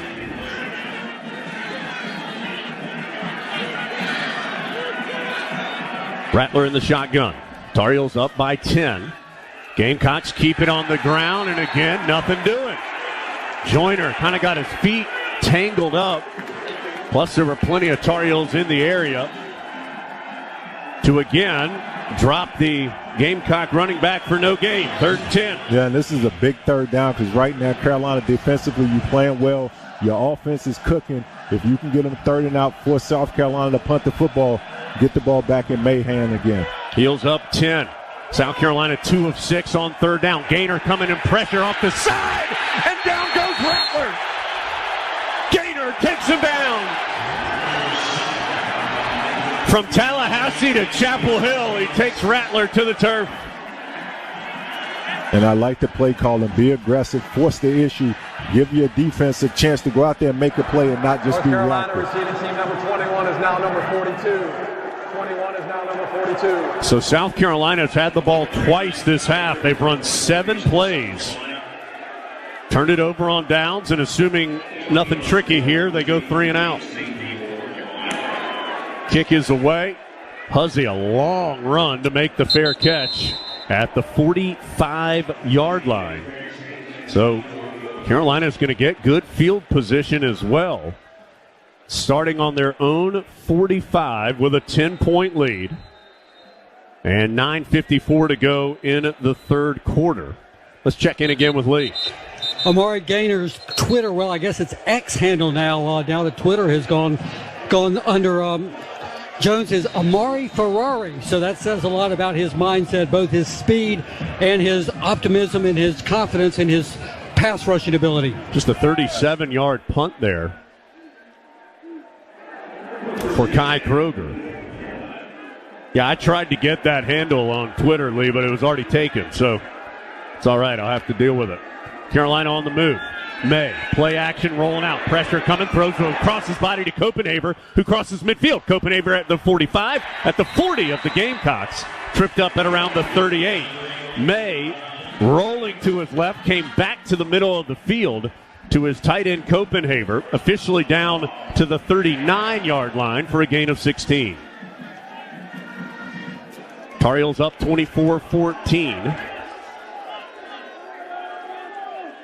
And looking for more. May, another play action, wants one deep, but Blackwell was double covered, so he just dumps it off over the middle to Nesbitt, who cradles it down as he falls at the 35 for a short gain of 4. Looked like May kind of fumbled. It just he did. Didn't just quite have a good handle. Timing. Yeah, good handle on the ball after the play action. But Blackwell was pretty well covered, so smart idea to dump it down. May now 20 of 24, 239 yards and a touchdown. The scoreboard here in Bank of America says 27-14. That's wrong. It's 24-14 Carolina. Handoff, Brooks. Boy, physical running. Falls forward to the 29. That was Hampton, check it, as the youngster. And, Brian, this is something the Tar Heels thought. I mean, Hampton, 6 feet, 220. Yep. Brooks, 5'11", 225. They thought they could lean on those big bodies and that some of those tackles would get a little less aggressive against those big men as the game went along. Yeah, and as more points get on the scoreboard, that 225 starts feeling like 250. And so Carolina keeps running the ball downhill and then come with the play action. That was a first down by Hampton, who gets another carry and more positive yards as he gains 5 on that run to the 24-yard line. So on 1st and 10, Hampton carries again. And it's now 2nd and 5 on the Gamecock 24. Tar Heels going from right to left. 7:50 and counting third quarter. Heels up 24-14. 2nd and 5. May. Another handoff to Hampton. And this time doesn't have a lot. He's able to get 2 to the 23-yard line. So just 1 on the play. He'll bring up third down. Yeah, in Carolina, you can be conservative if you pick up 5 yards on first down, and then you only get 1 yard. Once you get in a third and short situation, whether it's 4 or 5, you feel really good about your quarterback being able to make a play, moving the pocket, giving them options, or he can either tuck the ball and run. So this is 3rd and 4 for the Tar Heels, who are 6 of 9 on third down. May immediately rolls out to the right, throw, caught by Paysor, first down as he's ushered into the sideline, far side by Jalen Kilgore. But it is enough to move the chains as Paysor gains 5. Tar Heels now 7 of 10 on third down. Yeah, and that's just smart football. You put Drake May out on the perimeter. He can throw the ball on the move. Now if it's not open, he has an option to run the football, so it becomes a double option play versus just a drop back pass. 7th play of the drive will come off the 18-yard line, far hash of the Gamecocks as the Heels go right to left. 24-14, clock now at 6:42 and counting. That's the 17th first down of the game for the Heels. May, play action, has some pressure and just has to throw it away. Andre Green was in the area. The South Carolina fans thought maybe that was an illegal grounding or intentional grounding, but Green was in the area. Tonka Hemingway applying pressure at May's feet. So 2nd and 10. That does stop the clock, 6:34 to go. Third quarter. Tar Heels go 5 wide. Not seen this a ton today. They'll have 3 receivers to the left, 2 to the right. One of those receivers is Hampton, the running back, in the slot right side. May claps his hands, immediately looks to his left. Pressure there. May throws off his back feet. Oh, my goodness! Coming back and making the catch is Copenhaver for the touchdown. Copenhaver on his knees with one hand for 6. A flag came in late after the play, I believe, maybe for some chattiness after it was over. What a catch by Copenhagen. Results of the play is a touchdown. After the play, unsportsmanlike conduct, number 81. This is his first. That 15-yard penalty be assessed on the succeeding kickoff. Try. Brian, John Copenhagen perhaps had the best preseason of a Tar Heel skill position player. He was doing stuff every day that made you wow, and that was one of those. No question. And that's a quarterback that trusts his receiver. Just throw the ball up and allow your receiver that has the height advantage to make a play. And Copenhagen, what an outstanding concentration to catch the ball as he's falling down and to catch it with one hand. Extra point by Co is good. So it's a 17-point Tar Heel lead, 31-24. Copenhagen, 3 catches, 52 yards today, and a touchdown. All his catches have been 16 yards or more. 6:29 to go, third quarter. We'll take a break. 31-24, Tar Heels with the 17-point lead. They have scored touchdowns on each of their 2 drives in this half. A Hampton 1-yard run following an explosive play by Blackwell. And then May, with pressure in his face, off his back leg to Copenhagen, one-on-one with the nickelback Keenan Nelson for South Carolina. And, Brian, I don't know. I'm not as good a quarterback as Drake May, so I don't know if he saw all this, but Nelson wasn't looking. His back was to the play. Was it a risky throw by May? Yes, in the sense that it was off his back leg, but he also knew the only guy looking at him on that side of the field was Copenhagen, who came back to make the grab with one hand on his knees. Yeah, and he doesn't know the DB will never have a chance to turn around and see, but what he does know is his offensive player has a height advantage and a size advantage, so he throws it up in the end zone and gives him an opportunity to make a play. And the only bad part about that play was the taunting penalty. Carolina kicking off from the 20. Got to be careful here as Coe's going to give it all he has. End-over-end kick will be fielded at about the 12 by the Gamecocks. Tar Heels, though, shut down Xavier Leggett before he can get to the 30. So a nice job by Carolina's kick cover team, including a young Tar Heel. Trying to see, as you know, with double numbers, it is Elijah Green, 21, not Caleb Cost, a youngster who also wears 21. Elijah Green, the running back, one of the first men there to help make the tackle. South Carolina will start on the 27-yard line. Rattler going to throw with the Tar Heels now up 17. Flushed out of the pocket to the left side. Rattler, a lot of room to run. He's over the 40 and then scoots out of bounds at the 42. So a 15-yard scramble that time by Rattler. And Carolina will see the Gamecocks move the chains. Yeah, Carolina, you've been very disciplined in your pass rush, keeping Rattler inside the pocket. On that play, you failed to do it, and he hurt you with his feet. Rattler drops back to throw again, coming out to the right side. Atkinson giving chase, and his throw squirts through the hands of his intended receiver on the near sideline. Joyner out of the backfield, incomplete. That will stop the clock with 5:51 to go in the third quarter. Tar Heels 31, South Carolina 14. Gamecocks 2nd and 10 on their own 42. On the far hash as the SEC representative goes from left to right. Quick little swing to Joyner coming to the near side. Good open field tackle by Eccles. It's going to be positive yards, but Brian, that's one of those where you just take what South Carolina got. They got some good numbers on that side. Eccles made a good open field tackle to bring up third down. In other words, keep the ball in front of you. Don't let anything cheap get over your head right now. If you're Carolina, if you play safety and you're supposed to be in a too high look, you should be backpedaling as long as the quarterback has his hands on the football. Don't let anything get over your head. If they score, make them have to keep snapping the football. 3rd and 6, South Carolina just 2 of 7. Now make them 2 of 8 on third down. Atkinson from behind gets yet another sack for the Tar Heel D. And that's just motor. Sometimes, people wonder about pass rush moves, and it's good to have them. But ultimately, if you want to be a good pass rusher, you better have a high motor, and that's what Atkinson did right there. Falling down, just continue to work and get a hold of an ankle.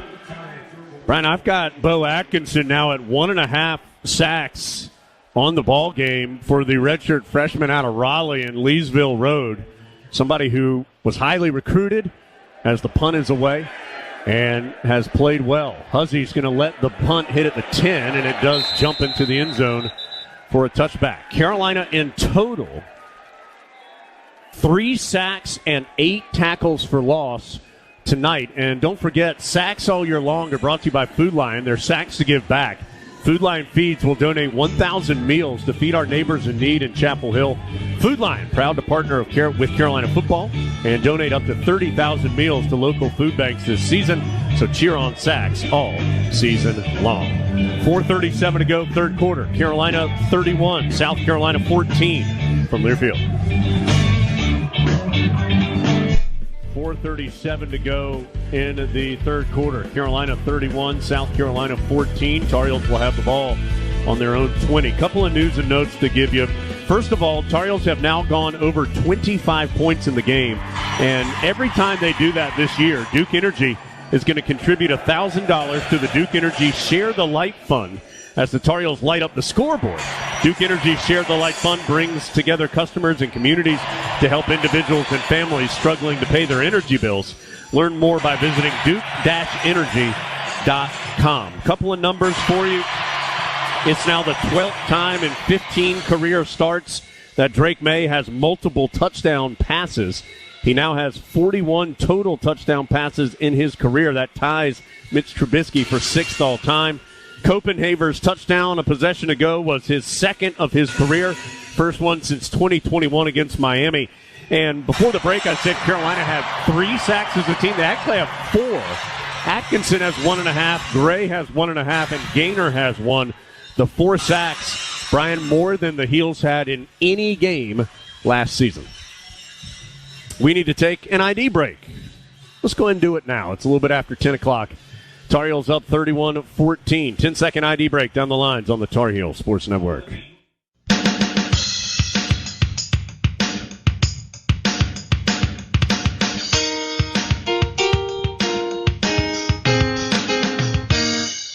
Hampton in the game at the running back spot, handed the ball, stretching to the right side, and boy, stepped through a tackle at the 20 and dives to the 25. And Brian, that's just what we were talking about. First contact, it would have been maybe a gain of 1, but ends up being a 5-yard run. Yeah, first down, and you can make those plays when you have those big backs running downhill, and also when you're rotating those guys. Neither one of them should be worn out. They should be pretty fresh.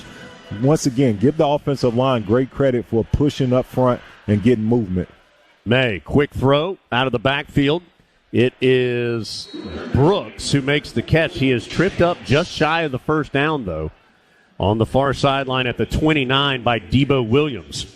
So it's a gain of 4, but it brings up 3rd and 1. Tar Heels with a 17-point lead. 31-14. Clock at 3:42 and counting in the third quarter.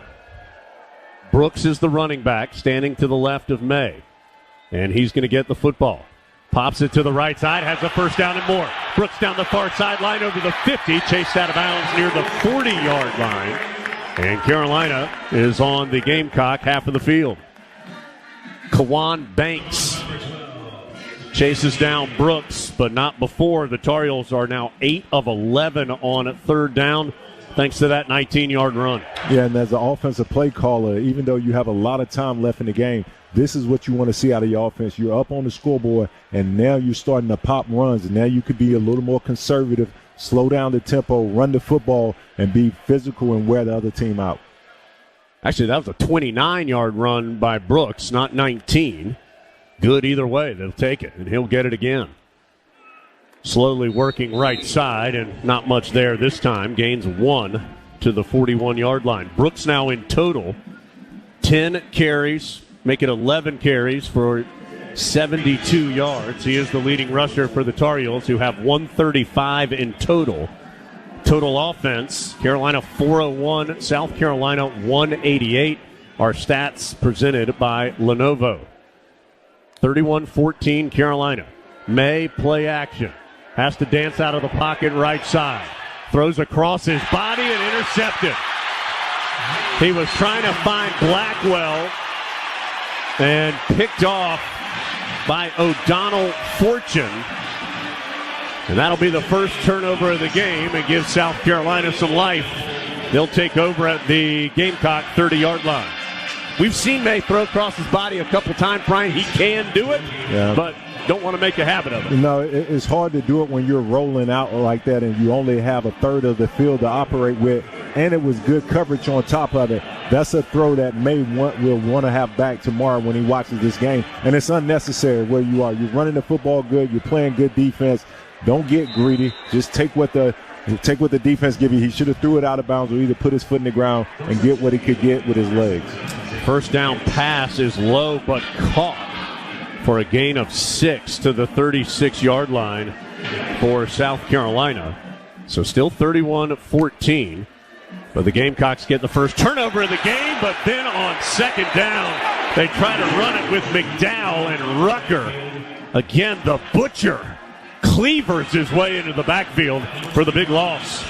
Loss of 5. It's 3rd and 9. Yeah, I don't think Rucker has a sack, but I think he has 3 tackles for loss in the run game, so he's been very effective. That same move, crossing the face of the tackle and then getting back upfield to make the play on the ball carrier.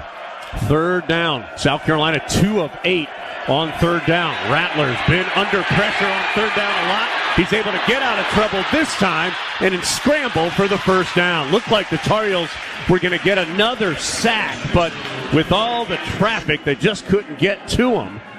And Rattler out of the pocket and with his legs keeps the drive alive for South Carolina, gaining 12. Yeah, and that's the hard thing when you play a quarterback that's athletic. You do everything right, and he just finds a little gap just to squirt through and make up a play. Under a minute to go here in the 3rd quarter. South Carolina trying a deep ball, incomplete.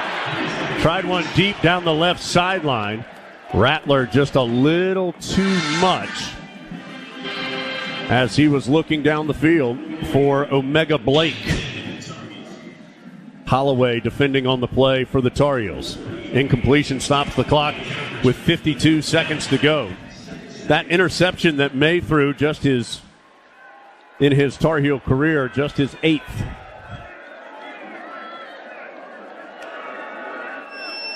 Rattler dumps off a little screen near side to McDowell and crosses the 50.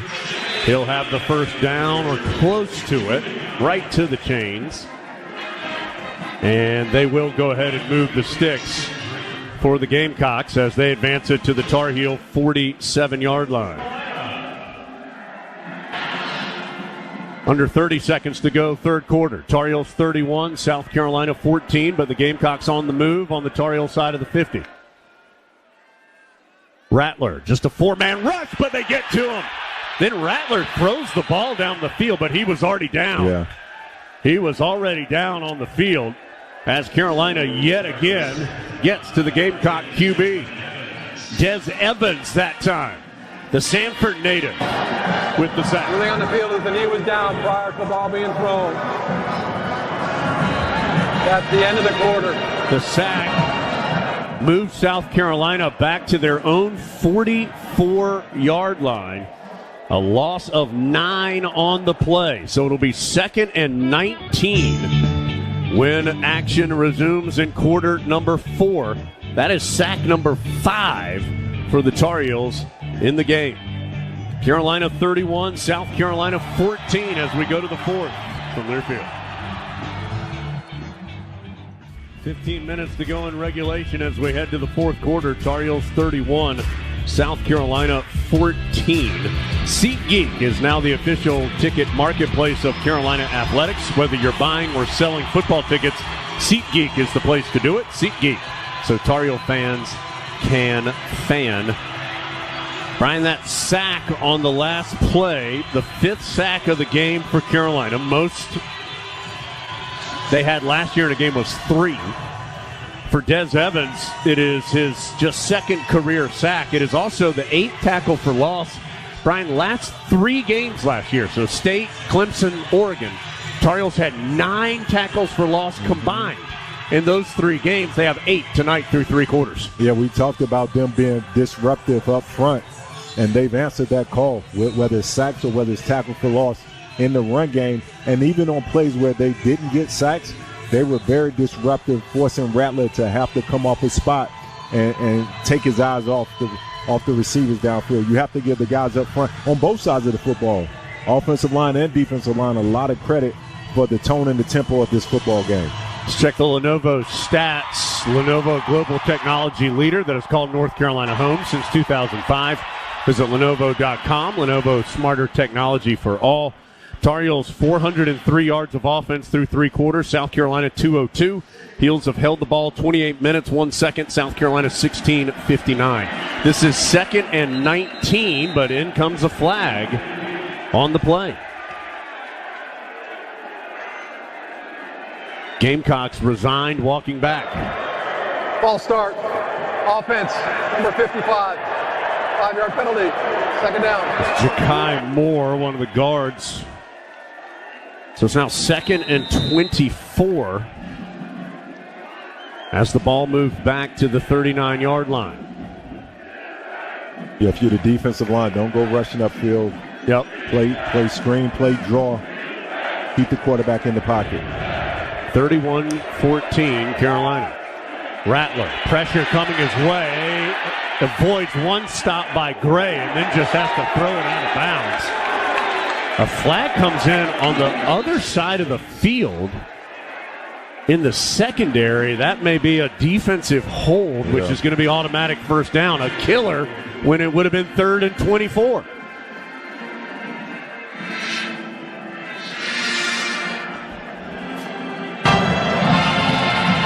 Holding. Defense, number 20.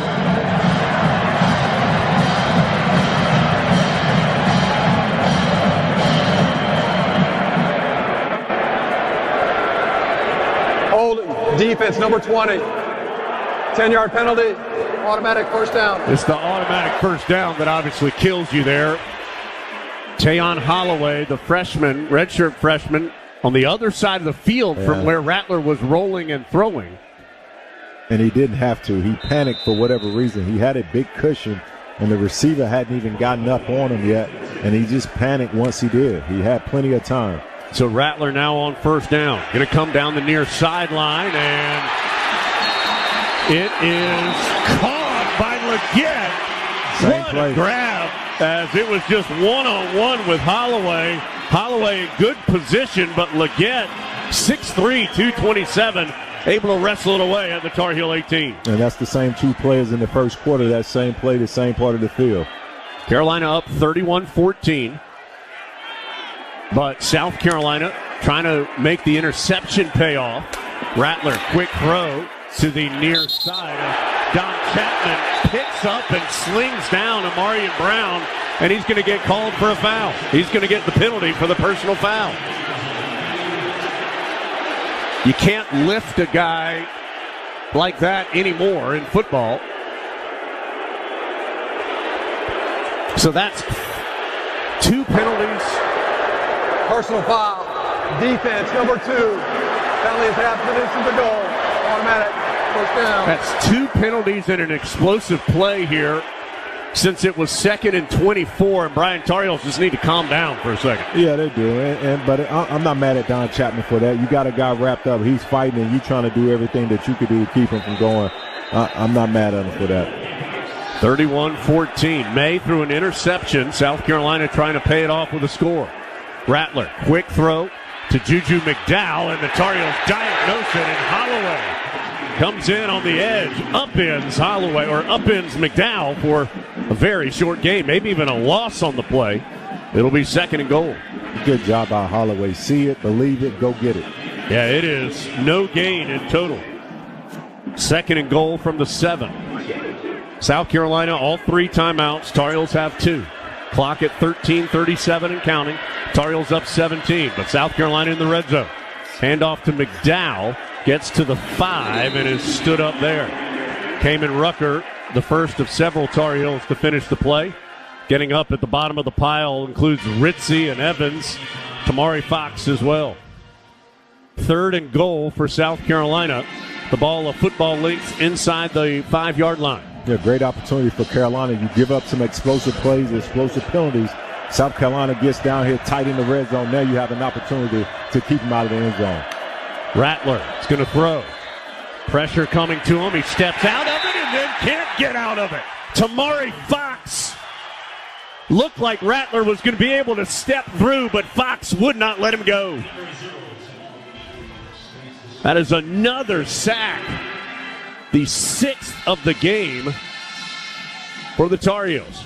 Yeah, and Tamari Fox gets the sack, but it was Rucker who causes the problem with the speed rip and forces Rattler to have to step up in the pocket. And Tamari does a good job of just being consistent, pushing the pocket, and then let the quarterback come to him, and he gets the credit. South Carolina's going to try a field goal. Mitch Jeter has never missed one in his South Carolina career, and he'll stay true as he kicks it through. But after the interception, South Carolina gets as deep as the Tar Heel 5, but has to settle for the three-pointer instead of the touchdown.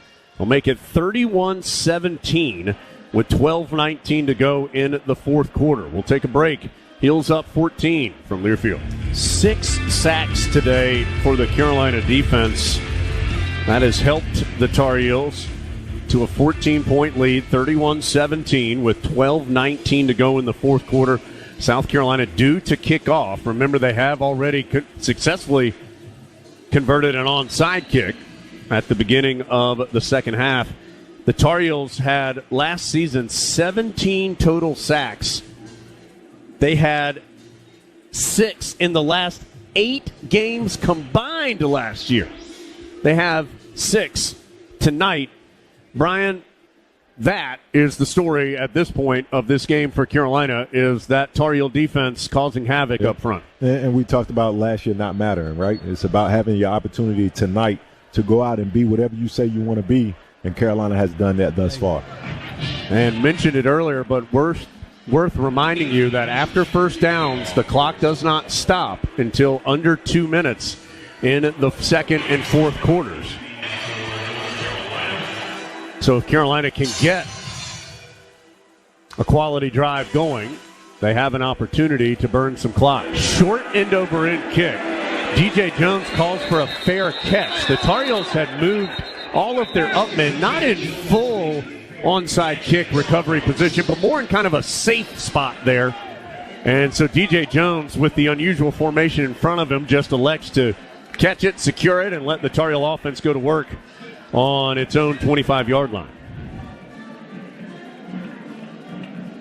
Tar Heels threw an interception last time out. O'Donnell Fortune with his third career interception picked off May. 12 plays later, the Gamecocks add a field goal to their tally. 12:19 to go. Tar Heels 31, South Carolina 17. Omarion Hampton is the back in the game, and he will be given the football. Oh, gracious. He was met at the line of scrimmage by Debo Williams. A big hit by Williams for no gain. Now that's big boy football right there. You got a big power running back coming downhill, and the linebacker comes in there and put the complete brakes on him. Hampton stays in, standing to May's right. 2 receivers to either side. May going to throw it this time. Goes to the near side, and Paysor can't catch it. It's intercepted again. Paysor couldn't handle it. Picked off by the Gamecocks. Still heading down the near sideline, but hold on, out of bounds at one point. That is intercepted by Kawan Banks. Banks, who is listed at number 13, is wearing number 48 tonight. And his interception has South Carolina right back in this ballgame. And Paysor did everything right on that. He came back for the ball. He gets his hand. He just doesn't come down with the catch. Let's see where the return ended up.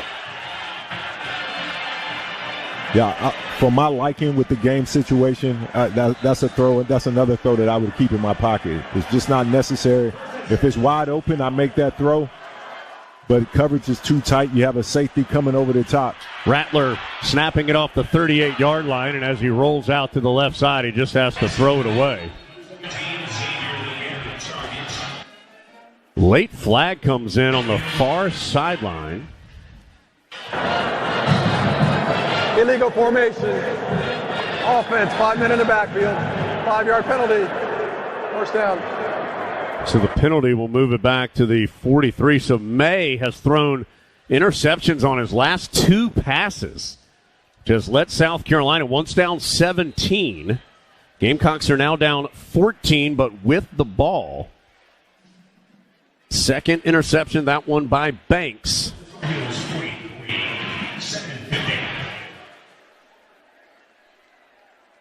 Then he had 17 yards on the return. Rattler fakes the screen to the far side, tried to dump it off on the near side to McDowell, and the throw low and incomplete.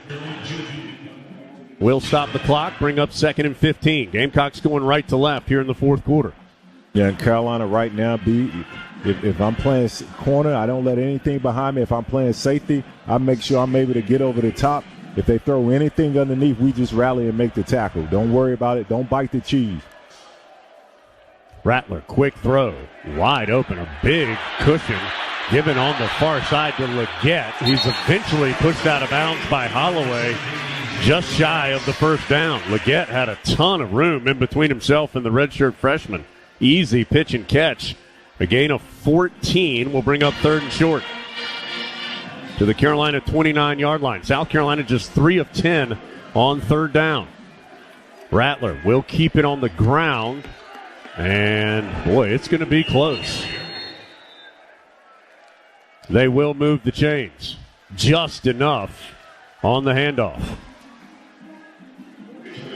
McDowell, the running back, was able to just keep his feet moving enough to earn the first down.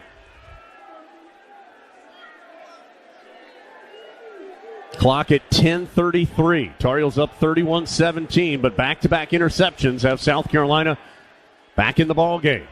Easy pitch and catch again, this time to the near side.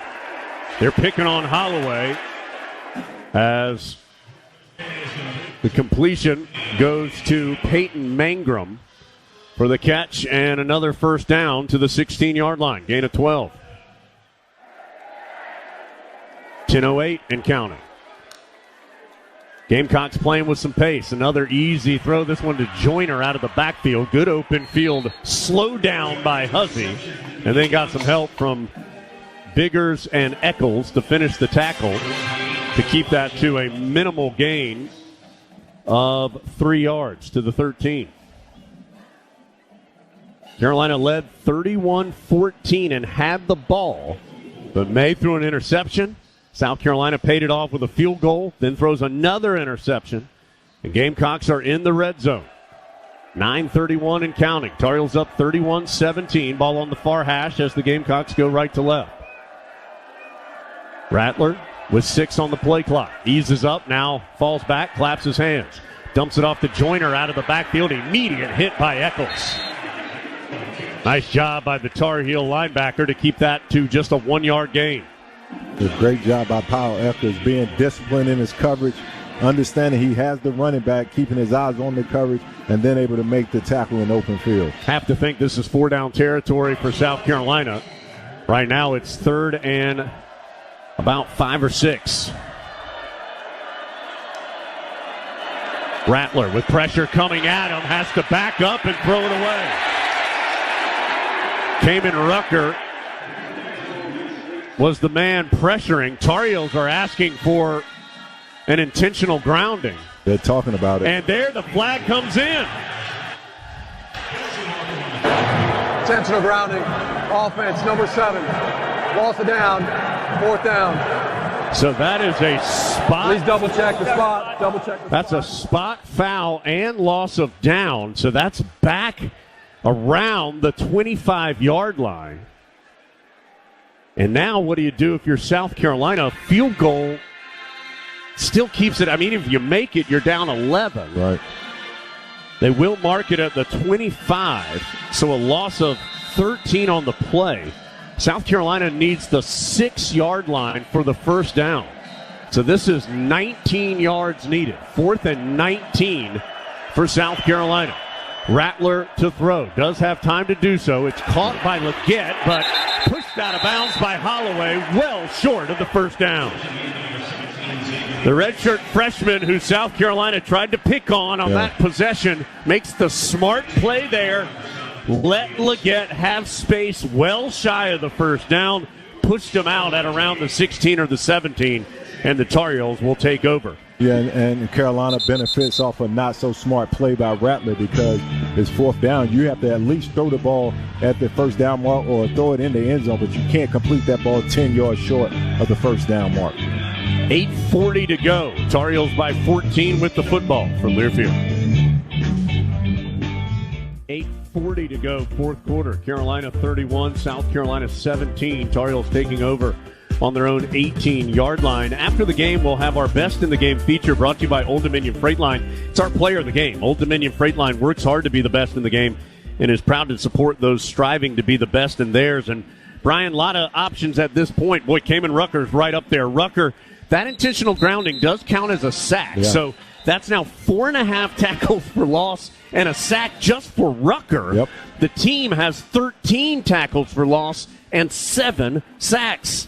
Incredible. I mean, I know we've said it a million times, but they had 17 sacks all last year. Yep. 7 sacks tonight. Impressive stuff from the Tar Heel defense, to be sure. Right now, though, 8:40 still remains on the clock, and the offense has struggled their last 2 possessions, turning it over.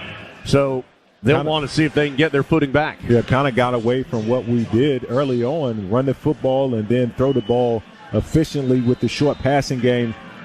And then once you get down outside of the red zone, then take your shots. But we're trying to be too aggressive and not necessary.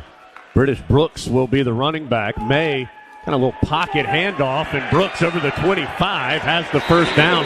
So May started rolling to the left, and then a little counter kind of pocket handoff to Brooks cutting back to the right. And he gets the first down to the 28-yard line for a gain of 10. Brooks now with 84 yards on the ground.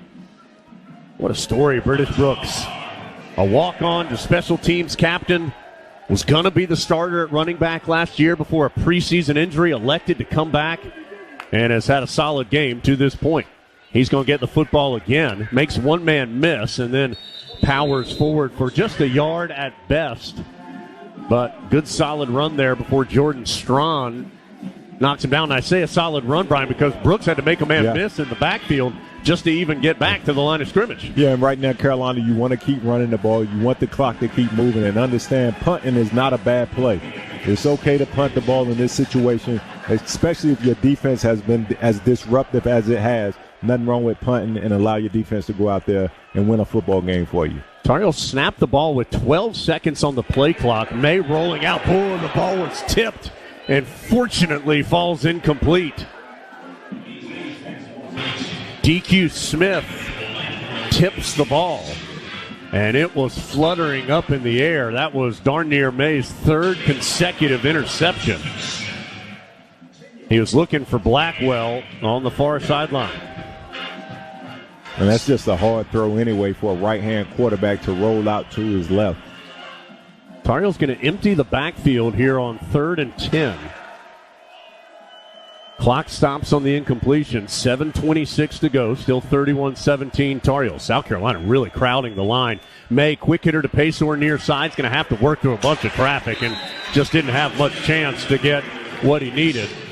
He was rudely knocked to the ground by Jalen Kilgore after a gain of just a couple.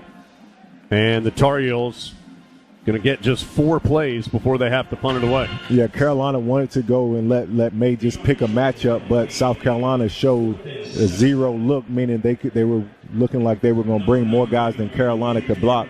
So May had to check and just get the ball out of his hands early and hope that his receiver could make a play. Paysor was not able to pick up the first down. The completion, though, does keep the clock moving. South Carolina blocked 5 punts last year. Got to be careful, but Kiernan, with his first punt of the night, gets it away. Fair catch called for and made at the 30-yard line. So just a 45-yard kick by Kiernan. I say just a 45-yard kick under a little duress. Not bad, certainly. And South Carolina will take over on the 30 after another timeout. 6:35 to go. 31-17. Tar Heels with the lead from Learfield. North Carolina Farm Bureau scoreboard reads 31 for the Tar Heels, 17 for the Gamecocks, 6:35 to go. Farm Bureau Insurance, helping you is what they do best. One cleanup there. That was a 39-yard punt by Kiernan. Gave him a few too many yards there. 39-yard kick, not a 45-yarder. South Carolina will start on the 30-yard line with all 3 timeouts. And the Tar Heels up by 2 scores at 31-17. Carolina has led by as many as 17 in this game, led 31-14 at one point. But the last 3 possessions for the Tar Heels have been interception, interception, punt, and have run just 11 plays. So the offense, which has played well, has bogged down here as Carolina hasn't been able to completely shut the door. Defense has stood to the challenge, but will have to do so again with 6:35 to play in the fourth. And again, the key is going to be keeping the ball in front of you, tackling the catch, and not letting anything get over top.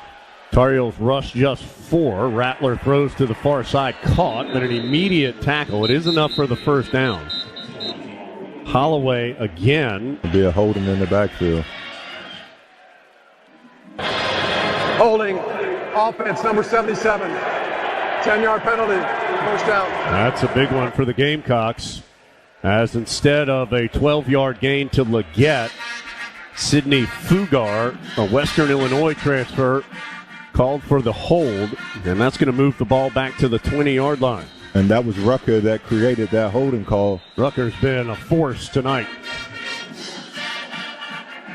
Clock moving, 6:18 to go. Quick hitter to Joyner out of the backfield near sideline, and there's Holloway again knocking him out of bounds. Clock will continue to run, though. Ball does not quite get to the 30, I don't believe, or maybe, it's going to be a gain of 9 to the 29-yard line. So 2nd and 11 for South Carolina. Empty backfield for Rattler. Rattler steps up in the pocket, kind of shoves a pass forward to Leggett, who was crossing across the middle of the field. And Leggett, a lot of space to run, crosses the 50 for the first down before he goes out of bounds. Thought Rattler was going to run, but he just kind of pushed it forward to Leggett, who ends up getting to the Tar Heel 47. Gain of 24 on the play. Rattler to throw again, just a quick hitter to Leggett, and Chapman pushes him out of bounds at the 35-yard line, a gain of 12. Leggett now, that's his 9th catch of the game. And he is over 150 yards receiving. 5:08 and counting, but South Carolina's quickly moved off its own 30 to the Tar Heel 35. 31-17 Carolina. Gamecocks 3 timeouts. Tar Heels have 2. Over the middle, caught. And moving inside the 15 for South Carolina is the backup quarterback, Luke Doty. We've seen him twice get involved as a Tar Heel is hurt, and it's Rucker. Leggett, Xavier Leggett for South Carolina, now up to 9 catches, 178 yards. Both of those are career highs for him.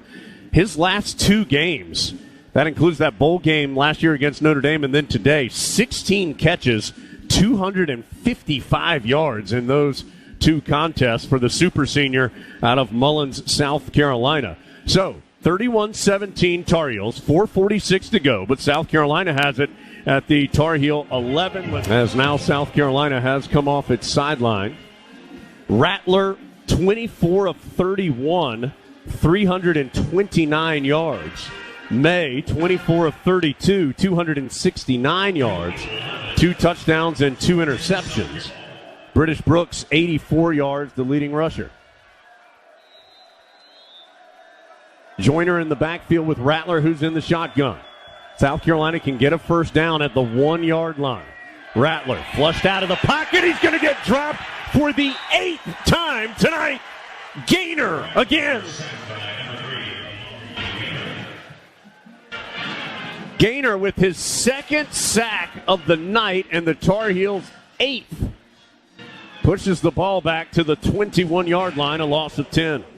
Yeah, for Carolina, thank you, Rattler, for holding on the ball. He has to understand he can't hold that and take those sacks. Have to get rid of the ball. 2nd and 20 now As Rattler going to throw again. Hit as he throws, and it is incomplete as he went to the end zone. DJ Jones defending in the end zone against Leggett. Jones, of course, the former running back, who told the coaching staff with all the traffic at that position, he'd be willing to go to defense to help the team and try to get some more time, and he defended nicely there. Yeah, great job by Tamari Fox on the interior pass rush, hitting Rattler, not allowing him to step up in the pocket. Every time Rattler drops back now, he's getting touched. 3rd and 20 off the 21-yard line. Rattler claps his hands, feels the pressure, dumps it off to Joyner in the flat near side, and not much there. Coming up to make the hit for the Tar Heels was Don Chapman.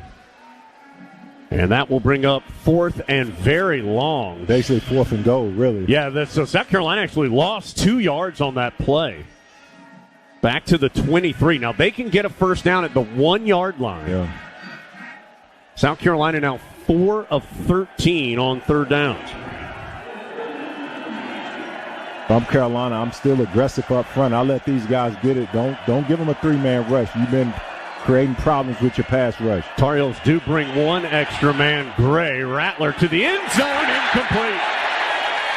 No flag. The throw was high, and the Tar Heel defense yet again stands tall. Gray came as the extra rusher. And the Tar Heels will take over again with 3:23 to go. South Carolina now 0 for 3 on 4th down, in the ball game.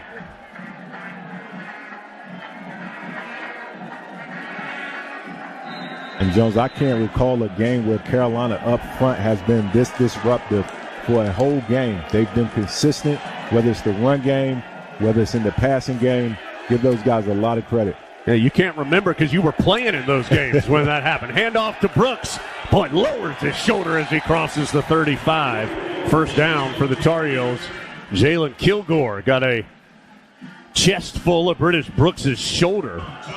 Brooks closing in on 100 yards in the ball game. His career high came against NC State in the 21 campaign. Tar Heels have made a sub on the O-line. Diego Pounds has checked in. Talented sophomore out of Raleigh at the left tackle spot. He's a big man now, 6'6", 320. He do backflips off the diving board. That was a gain of 15 on that run by Brooks. He'll get it again.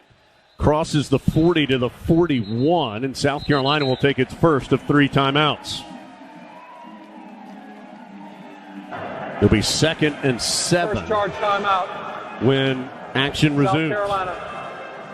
30 seconds. So 2:31 to go. Tar Heels still up 2 scores. Yep. And South Carolina fans seem to think this one is over. 35 seconds. They are starting to head to the exits. Brooks now has gone over 100 yards. He's at 103. His career high is 124.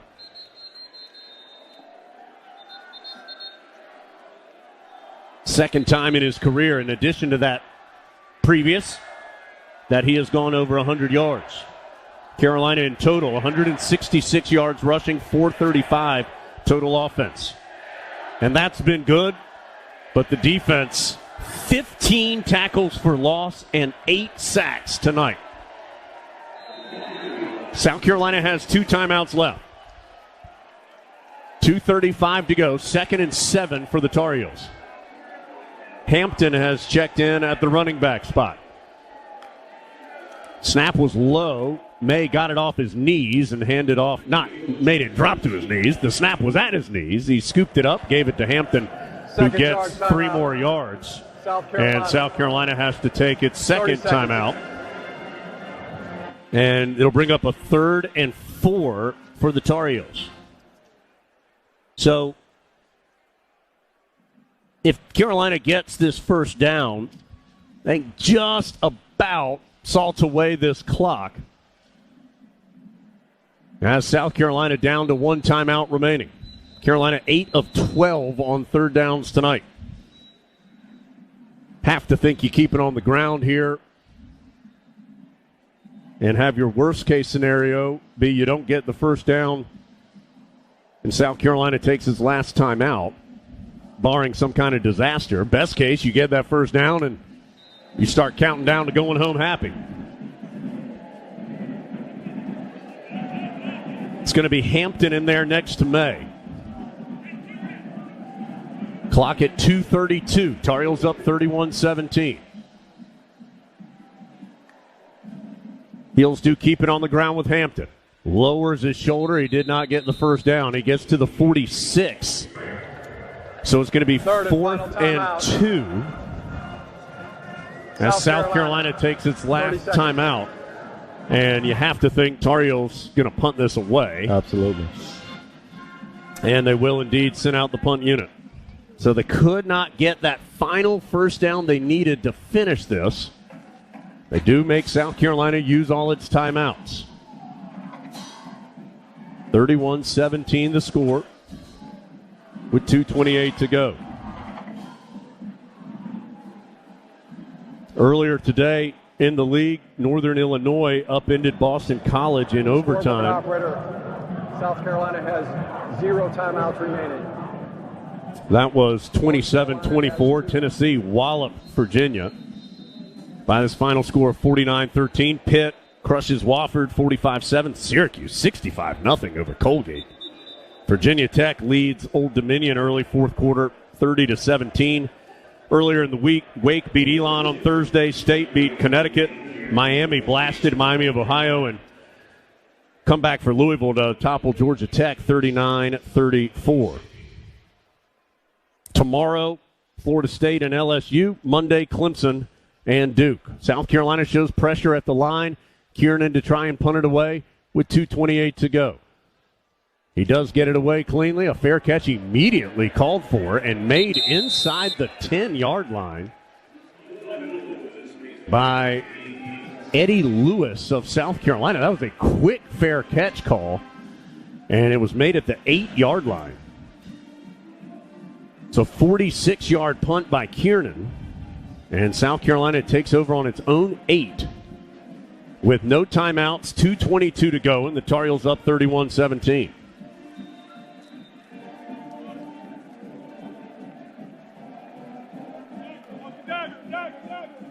Rattler rolls out and caught, but falling to the ground is Doty. And it will be a gain of a couple. Mark it at the 13, so a gain of 5. Clock still rolling. 2:06 to go. Rattler to throw. Pressure coming from the backside. He'll scoot up and then dump it short. And stumbling toward the near sideline and getting out of bounds is Joshua Simon. That'll stop the clock with 1:58 to go. It is enough for the first down to the 22-yard line, a gain of 9. Tar Heels up 31-17. South Carolina with the football.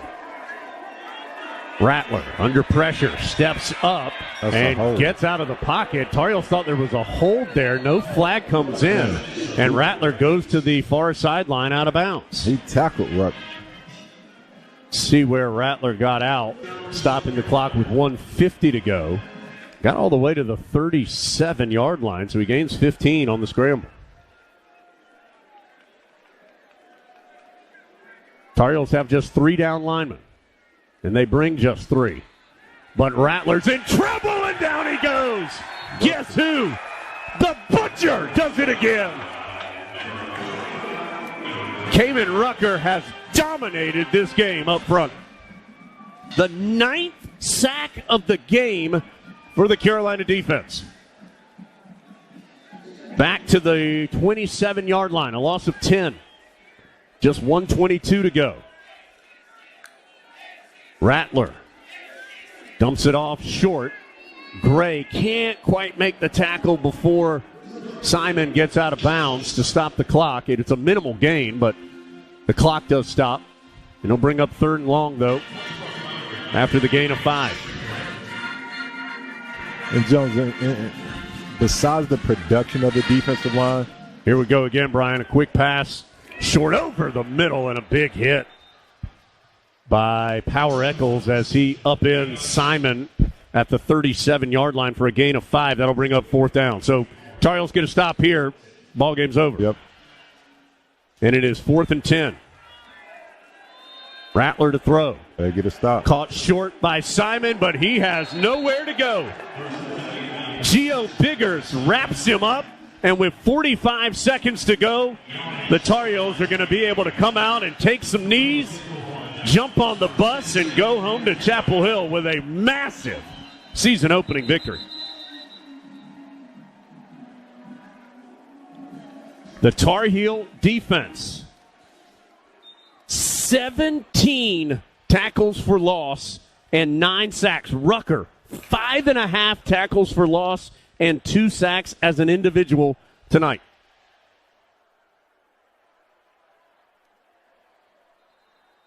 Carolina is going to improve to 86 wins, 43 losses, 4 ties in season-opening games as May takes a knee. He will have to snap it, I believe, one more time. Carolina now going to be 12-3 in opening season games under Mack Brown. And what a statement by the Tar Heels tonight against the Gamecocks.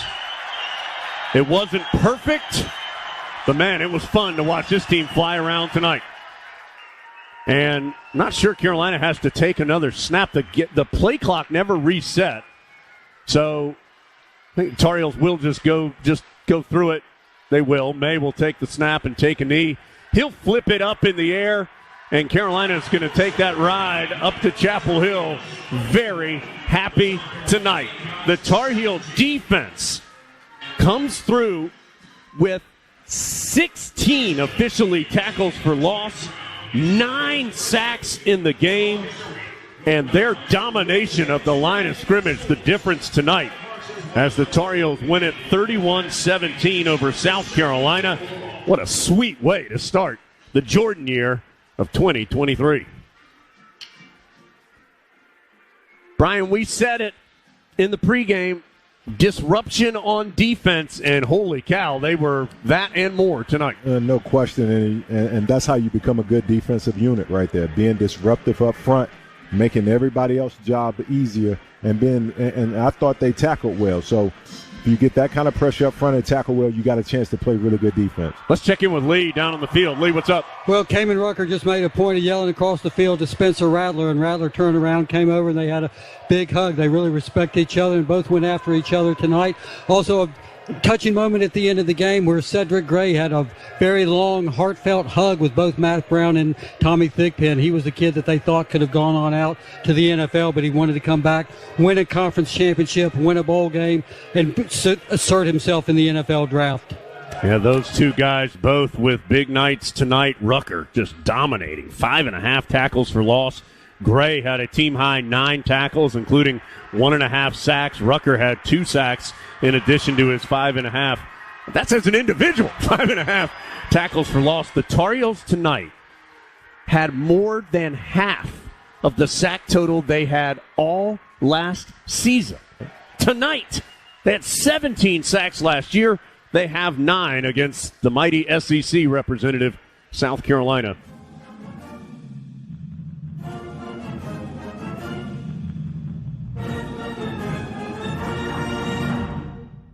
Postgame coverage continues now on the Tar Heel Sports Network.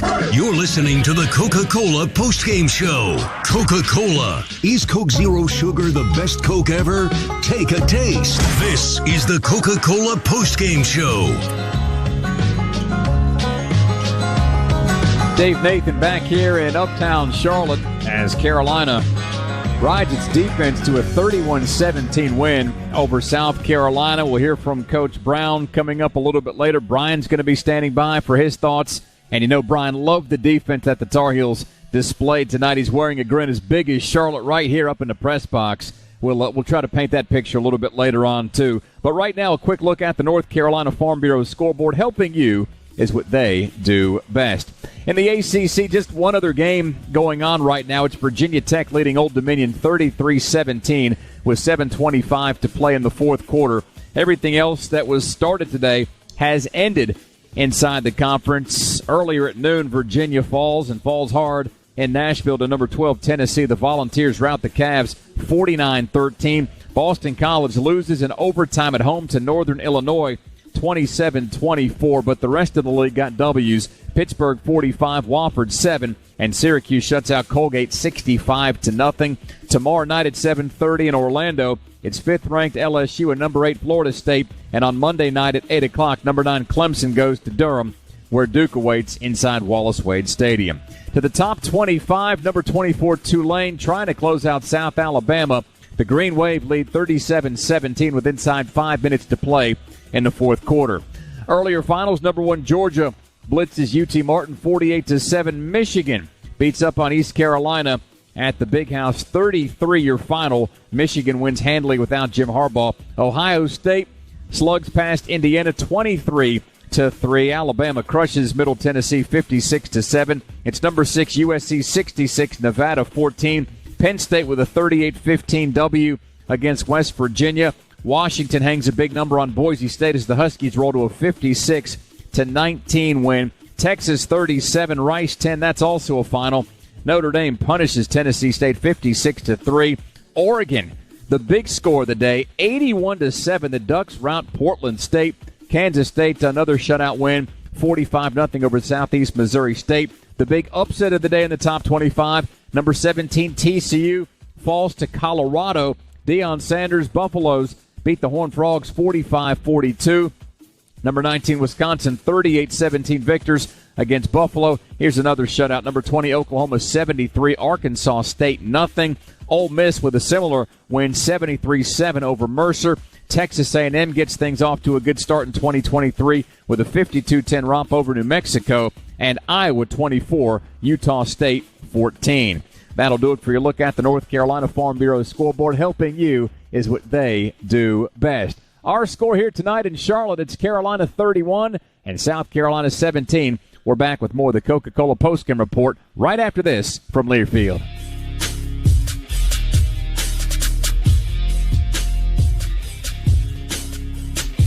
Attention Tar Heel fans, if you've had any alcohol as a part of your game day activities, make sure you don't get behind the wheel. There are more ways than ever to get home safely.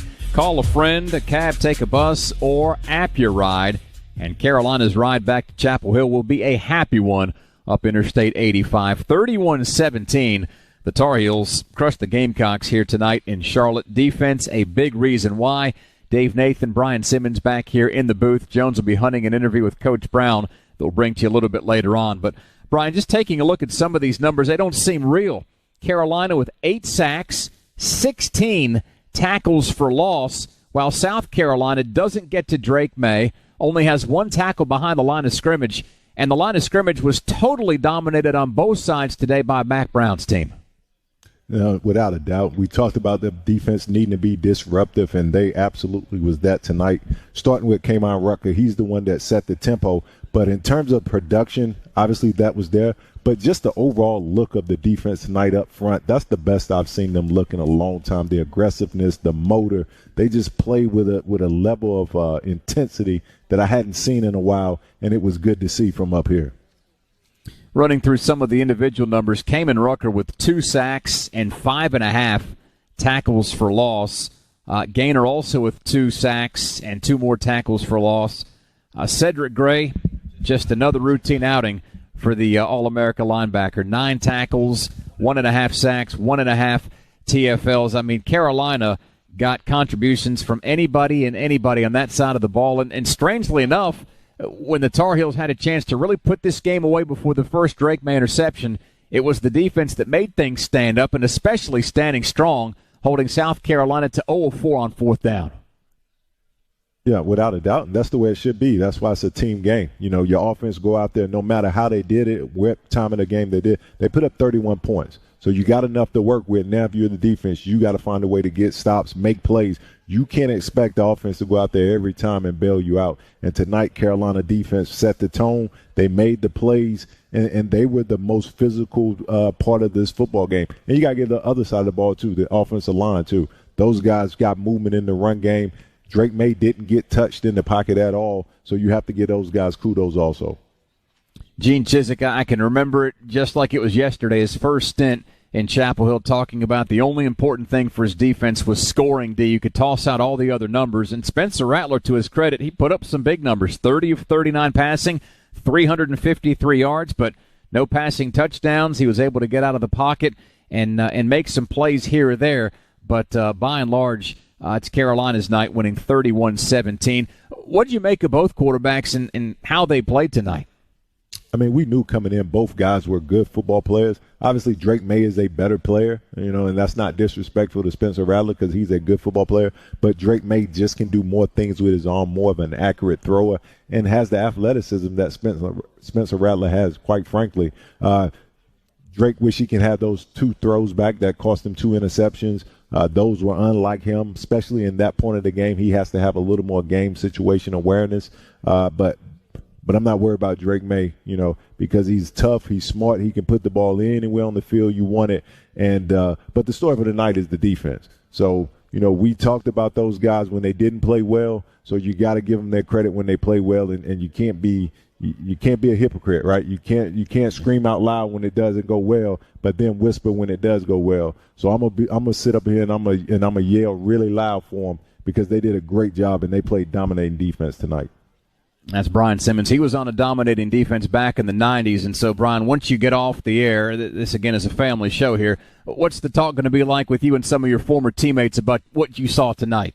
Yeah, they already started the text. I didn't look at it during the game, but, just really talking about the sack numbers and talking about the defensive line because that was the story. That was the turnaround, when you think about last year, the 17 sacks and not really creating disruptive plays, and then to come out tonight and flip the script and set the whole tone for the game. You love those guys stepping up to the challenge. And listen, those guys are high-level competitors, right? They get tired of hearing what people say they can't do, and they win because of only the quarterback and the offense. Well, those guys showed tonight that we can win a football game if you put it on our shoulders, and we need to close it out. Carolina gets the win 31-17. South Carolina now 20-4 in openers since 2000, and the Tar Heels have handed the Gamecocks 2 of those 4 losses. The other one coming back in 2019 on this very same field in Sam Howell's debut. That was a fourth-quarter comeback. Carolina holds on to this one in the fourth quarter and wins 31-17. For 25 years, Top of the Hill Restaurant and Brewery has been a pre- and post-game tradition. Handcrafted beer, great food and atmosphere where Tar Heels come to celebrate. A lot of Tar Heel fans left in the building when this one went final. The Gamecock fans heading back to Columbia. The Tar Heels back to Chapel Hill 1-0, and we'll continue with more of the Coca-Cola postgame report in just a moment from Learfield. This copyrighted broadcast is an exclusive presentation of Learfield under the broadcast rights granted by the University of North Carolina. Reuse of this presentation is prohibited without the expressed written consent of the University of North Carolina and Learfield.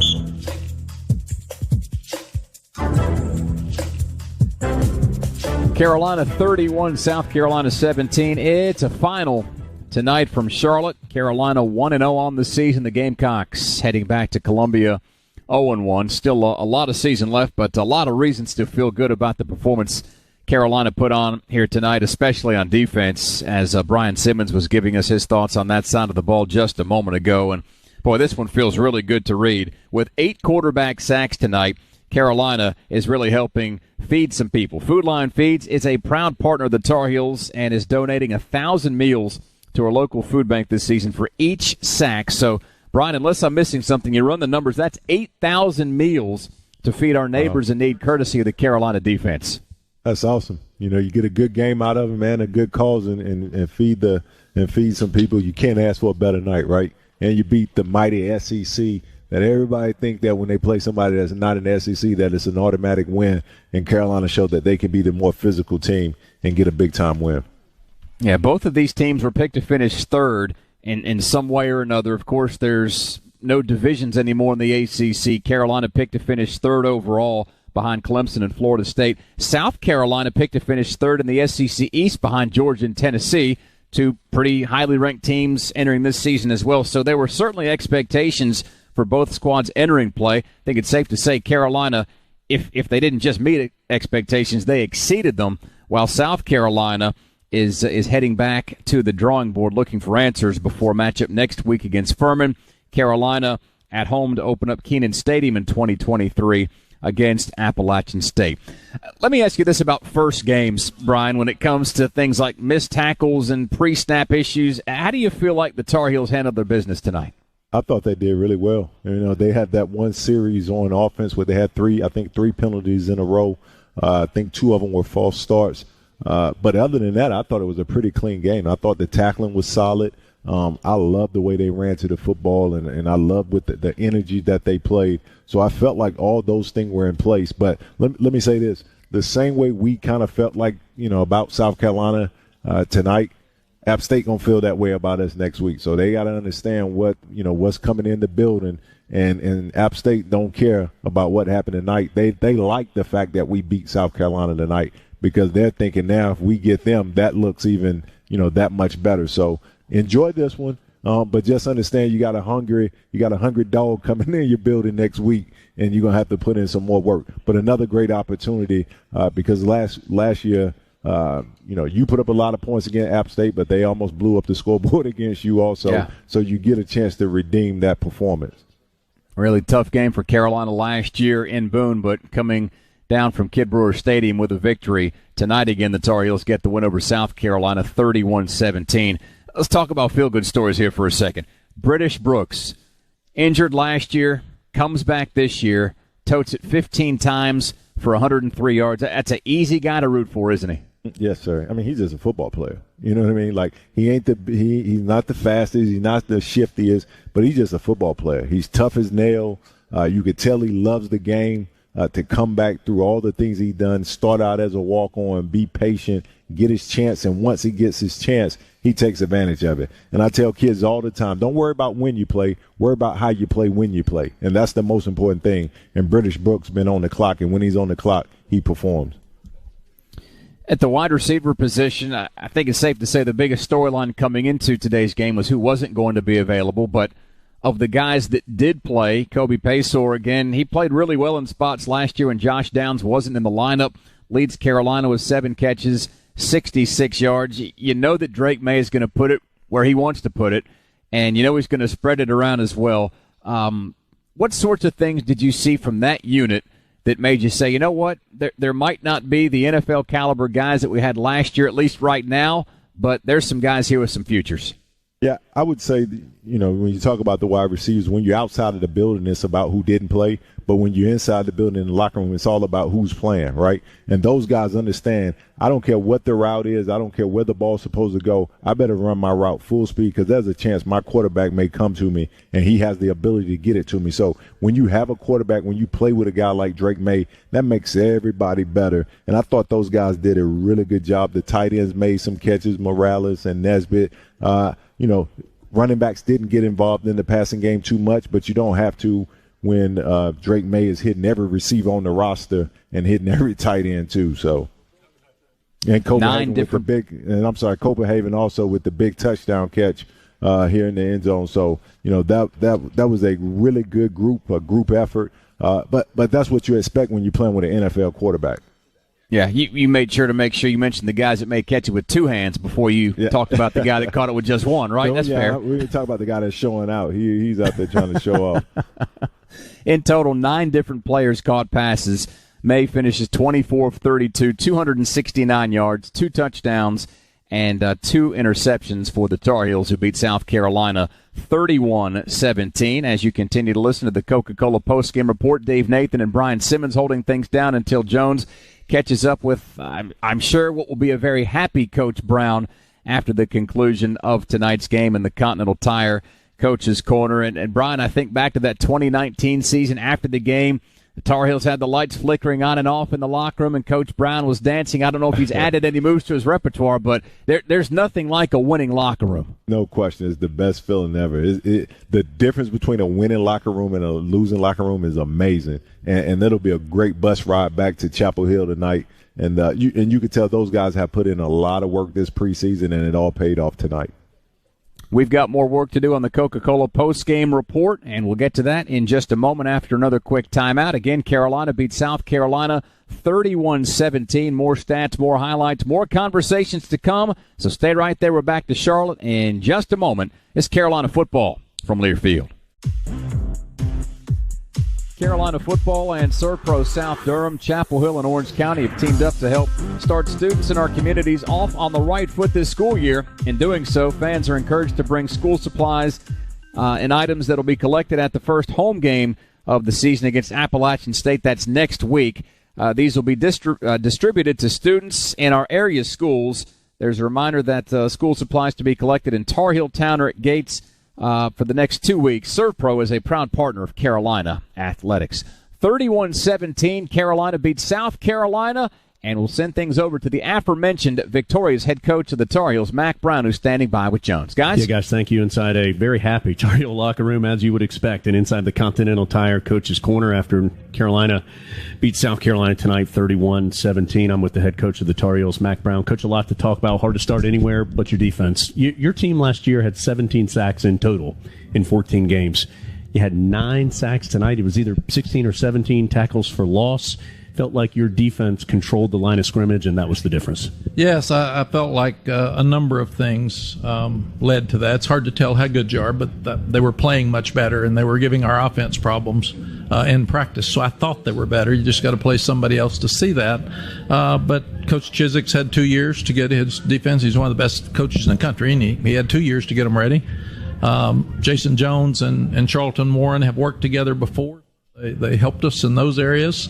And you got the same players except for 2 young corners. And we lost Dre Boykins last week, so that really, really hurt us and made us move some guys around and play some younger guys. And then offensively, Drake was Drake.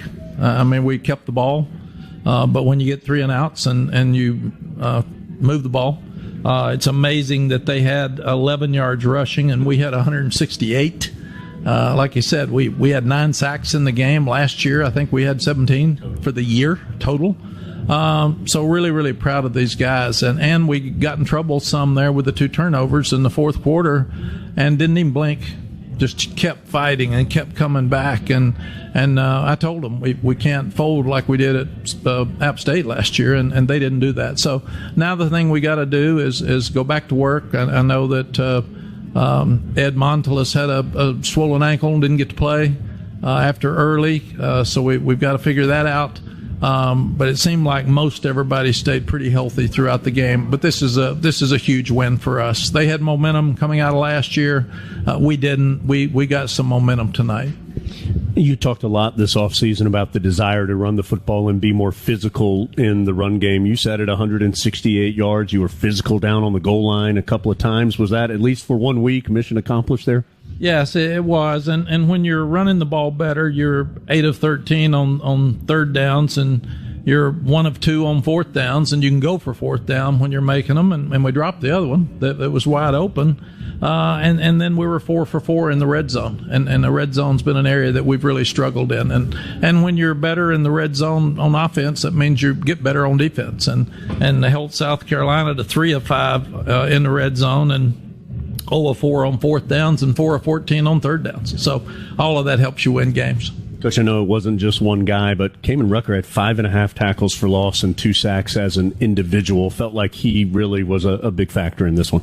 Yes, and we can't go without saying that he's that way in practice every day. And our tackles had struggled, but I don't think it was our tackles. I think it was him, because we didn't give up a sack tonight. And that really, really helped us as well. Coach, last thing, and I know you got to go. 100 wins for you now at North Carolina. You're the first coach in history to have 100 or more wins at 2 different FBS programs. I have to imagine, I know it's not about you tonight, but I have to imagine that's pretty special. Well, it is, Jones, and somebody mentioned it yesterday. I didn't even know it, or didn't even think about it. I didn't know we hadn't gotten to 100 here. But it's special that I've coached at 4 special places, and I stayed long enough at 2 of those to have won 100-plus games and at 1, and hopefully we'll get 100-plus here one of these days. So very, very thankful that I've been able to coach this long and just love these kids. I see British Brooks out there after the game just crying like a 2-year-old because he's so proud. And this is what makes this game so special when you have nights like tonight. Coach, congratulations. A terrific win for your team and your program, and look forward to talking with you next week. Thank you, Jones. And let me say, what a great crowd we had at game day, and our crowd here tonight, and they stayed, and they were loud, and they were proud, and that makes it a lot of fun for those players. Fourth quarter, they really helped us and stood up and got strong, and we need a full house and a rowdy house next week because we got to be 2-0. Carolina 1-0 after tonight, 31-17 the win. Guys, back to you. That's 100 wins for Coach Brown at Carolina, 275 wins overall, 8th most wins in FBS history, and he trails only Nick Saban among active coaches in the W column. So some pretty big numbers there for Coach Brown, but the numbers that tell the story tonight, Carolina 31, South Carolina 17. We'll push the pause button. Jones will come back up here in the booth, and we'll talk with Brian before we hear from Kaimon Rucker, run through some more scores, and remember the Carolina Ford Dealer Wrap-Up Show follows network coverage for select affiliates back in the Triangle. It's a winning Saturday night for Carolina and Charlotte, 31-17 over South Carolina from Learfield. Carolina football has been brought to you by Wells Fargo, official retail bank sponsor of Carolina Athletics. This is the Coca-Cola Postgame Show.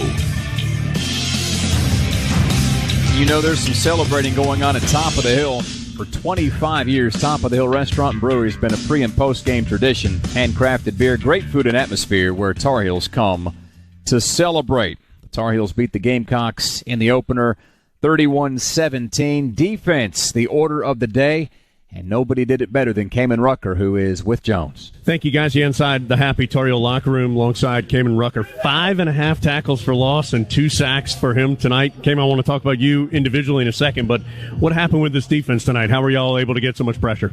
We took it as a challenge to get more sacks, more TFLs, and so, just as a front four, as a D-line, jack position, man, we just – like I said, we just took ownership, and so we just we used that as a challenge this upcoming year, and obviously we showed it here tonight in Charlotte. So that's all it took right there. We just needed a challenge, and we owned it. How about you individually? Those are huge numbers. What was working for you tonight?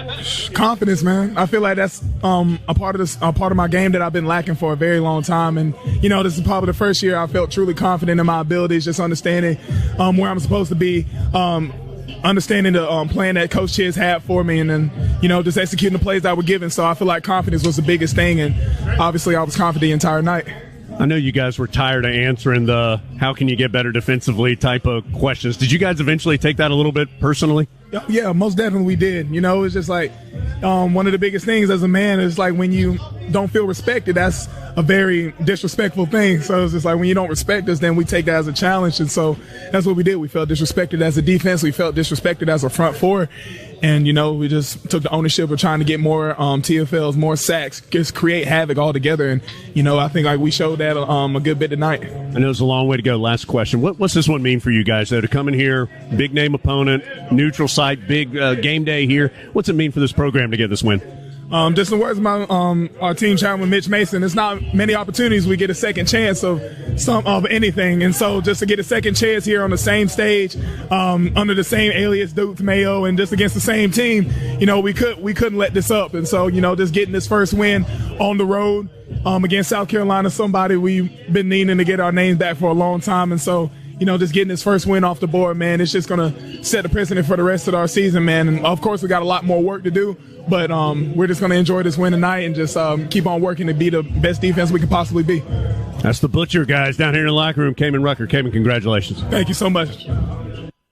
Good stuff, Jones. And the Butcher carved up the Gamecocks tonight. 5.5 tackles for loss. Carolina, as a team, had 16. He had 2 of the 8 sacks, and also second on the team with 8 tackles behind only Cedric Gray, who had 9. That's what qualifies as the best in the game feature, which is brought to you by Old Dominion Freight Line. Old Dominion Freight Line works hard to be the best in the game and is proud to support those striving to be the best in theirs.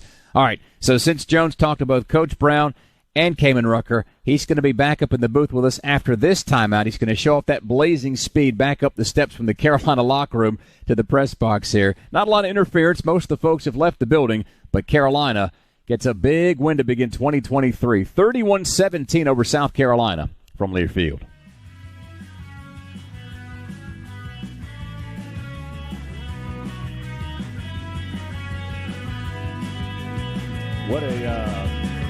What a fun game tonight as Carolina not just wins the game. I mean, that's obviously your ultimate goal. Tar Heels win at 31-17. I'm Jones Angel with Brian Simmons. Brian, I think we knew Carolina could win this game. Yep. Certainly. What I think you leave here excited about if you're the Tar Heels is Drake May had a really good game, but he didn't throw for 500 yards and 7 touchdowns, and you won this game 52-50 or something like that. Drake May did some nice things. British Brooks did some nice things. The Tar Heel offense in total did some nice things. But that defense wasn't perfect. Right. Gave up some explosives. But, man, to see the steps of that defense, at least for tonight, to see the steps they took from what we've seen the last couple seasons to tonight was really fun and exciting to see. Yeah, no question. And I thought tonight they played football with the most energy I've seen them play with. Especially up front. Those guys were disruptive. They ran to the football. They tackled well. There were some missed tackles on the perimeter a little bit, but not enough to be concerned about. You actually felt good about the tackling, I thought. And then up front on the offensive line, Drake May stayed clean. We were able to run the football, and Carolina just won the line of scrimmage on both sides of the football. And then special teams, no errors on special teams, nothing to cause you a play or the game. So coming out of it, are there things that you could have that you can correct? Absolutely. That's always going to be the case. But you feel really good on that bus ride back to Chapel Hill. And there's a lot of things to say, hey, if you do the things we talk about, if you execute the way we talk about, if you play with the type of energy and effort that we talk about, this is what we can look like. You showed it one time. You told on yourself. If you did it one time, you can do it, and that's who you can be. I thought it was interesting that Kaimon Rucker just said he felt as confident as he's ever felt. And the way I interpreted that, Brian, is he felt like he understood what he was supposed to be doing. Yep. Not that he was unconfident as a player, right, but he was confident in what he was supposed to do. I thought that was an interesting comment. It is, and a lot of people don't know. I don't care how good of a football player you are from a skill-wise or physical attributes. If you're not confident mentally, you're never going to be that player you're supposed to be. Whether it's you're not confident, even though you have that ability, you're not comfortable in it, or if you have that ability and you don't quite understand the playbook, until you really locked in mentally, that's when you can become everything that you're supposed to be physically. And that's what it sounded like tonight. It clicked for him. Well, according to Coach Brown, it's been clicking for him in training camp. And then he just got on the stage tonight and done what he's been practicing all month.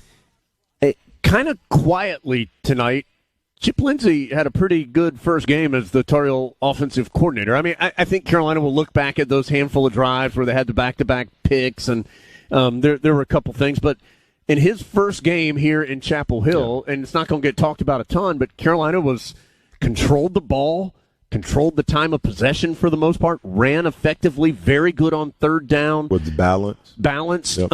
It seemed like, as we talked about in the pregame, I mean, Mac Brown made these hires on the offensive side with some very specific things that he had in mind that he wanted to see happen, and it felt like a lot of those happened tonight. Listen, you in terms of experience, you can't get any better. You hire Clyde Christensen as an analyst. You get Freddie Kitchens, who was an NFL head coach, as the tight ends coach, and then you get Chip Lindsey, this wasn't his first game as an offensive coordinator. He's called games before.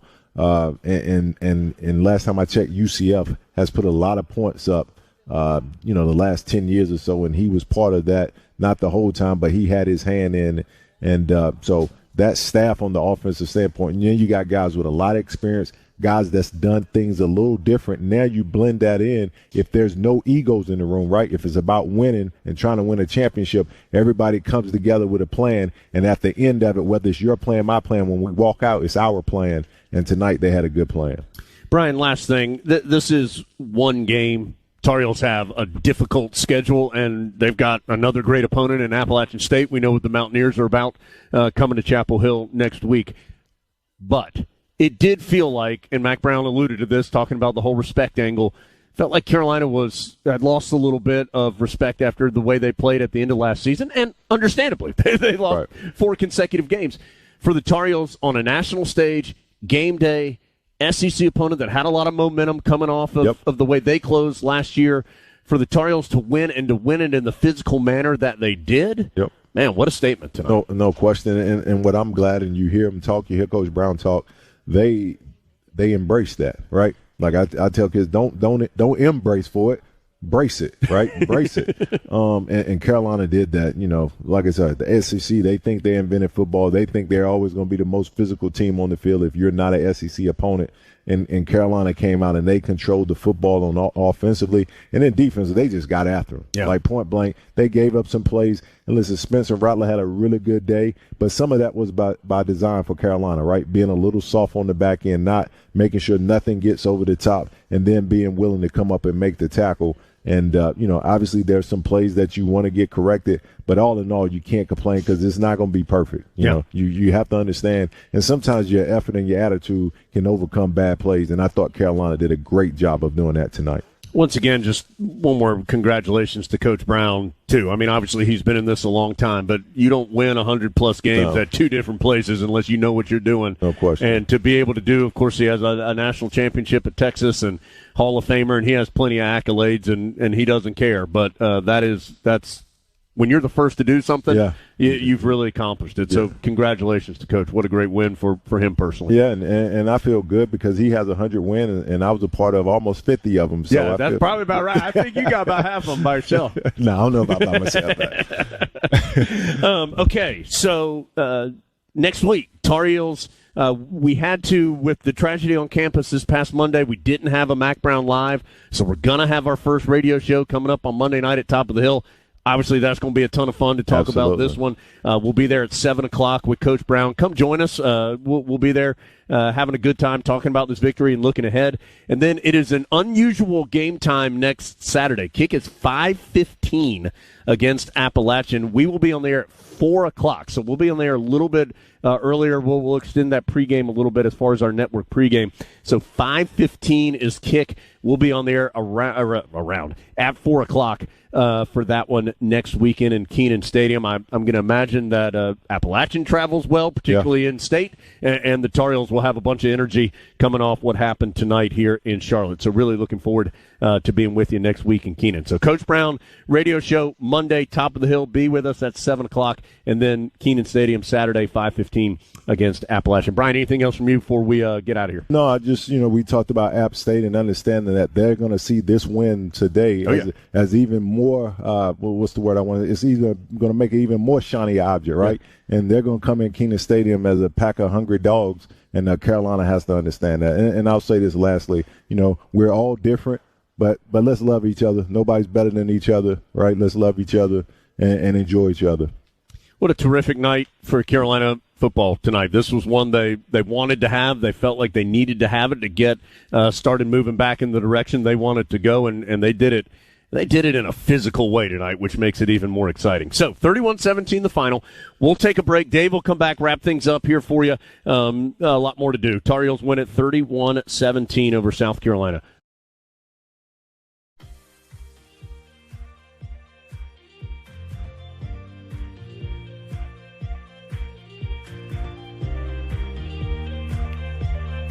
Dave Nathan welcoming you back to Coca-Cola Postgame Report from Charlotte. Carolina 31-17 winners tonight over South Carolina and 1-0 on the season. Hey, if you're looking for more college football action following our broadcast, you can check out the College Football Blitz for free by going to the Varsity Network app. It's the college football audio version of the NFL Red Zone channel every Saturday from noon to midnight Eastern, which is coming up here pretty quick. So just search College Football Blitz on the Varsity Network app. Carolina 31-17 winners over South Carolina tonight on the North Carolina Farm Bureau scoreboard. We'll run through things one last time before we exit stage left here on the Tar Heel Sports Network. And again, remember, we've got the Carolina Ford Dealers wrap-up show still to come for select affiliates back home in the Triangle. So Carolina wins 31-17. Tomorrow, it's LSU and Florida State. That's a top 10 game from Orlando at 7:30. And on Monday at 8 o'clock, number 9 Clemson goes to Duke. So Durham and Wallace Wade Stadium will have a bunch of eyes on it with the number 9 Clemson Tigers rolling into town. As far as the other action today in the ACC, Virginia Tech has gotten the W over Old Dominion, winning 36-17. Syracuse shuts out Colgate 65-0. It's Pittsburgh 45 and Wofford 7. Virginia falls to number 12 Tennessee 49-13. And BC upset by Northern Illinois in overtime. It's NIU 27, Boston College 24.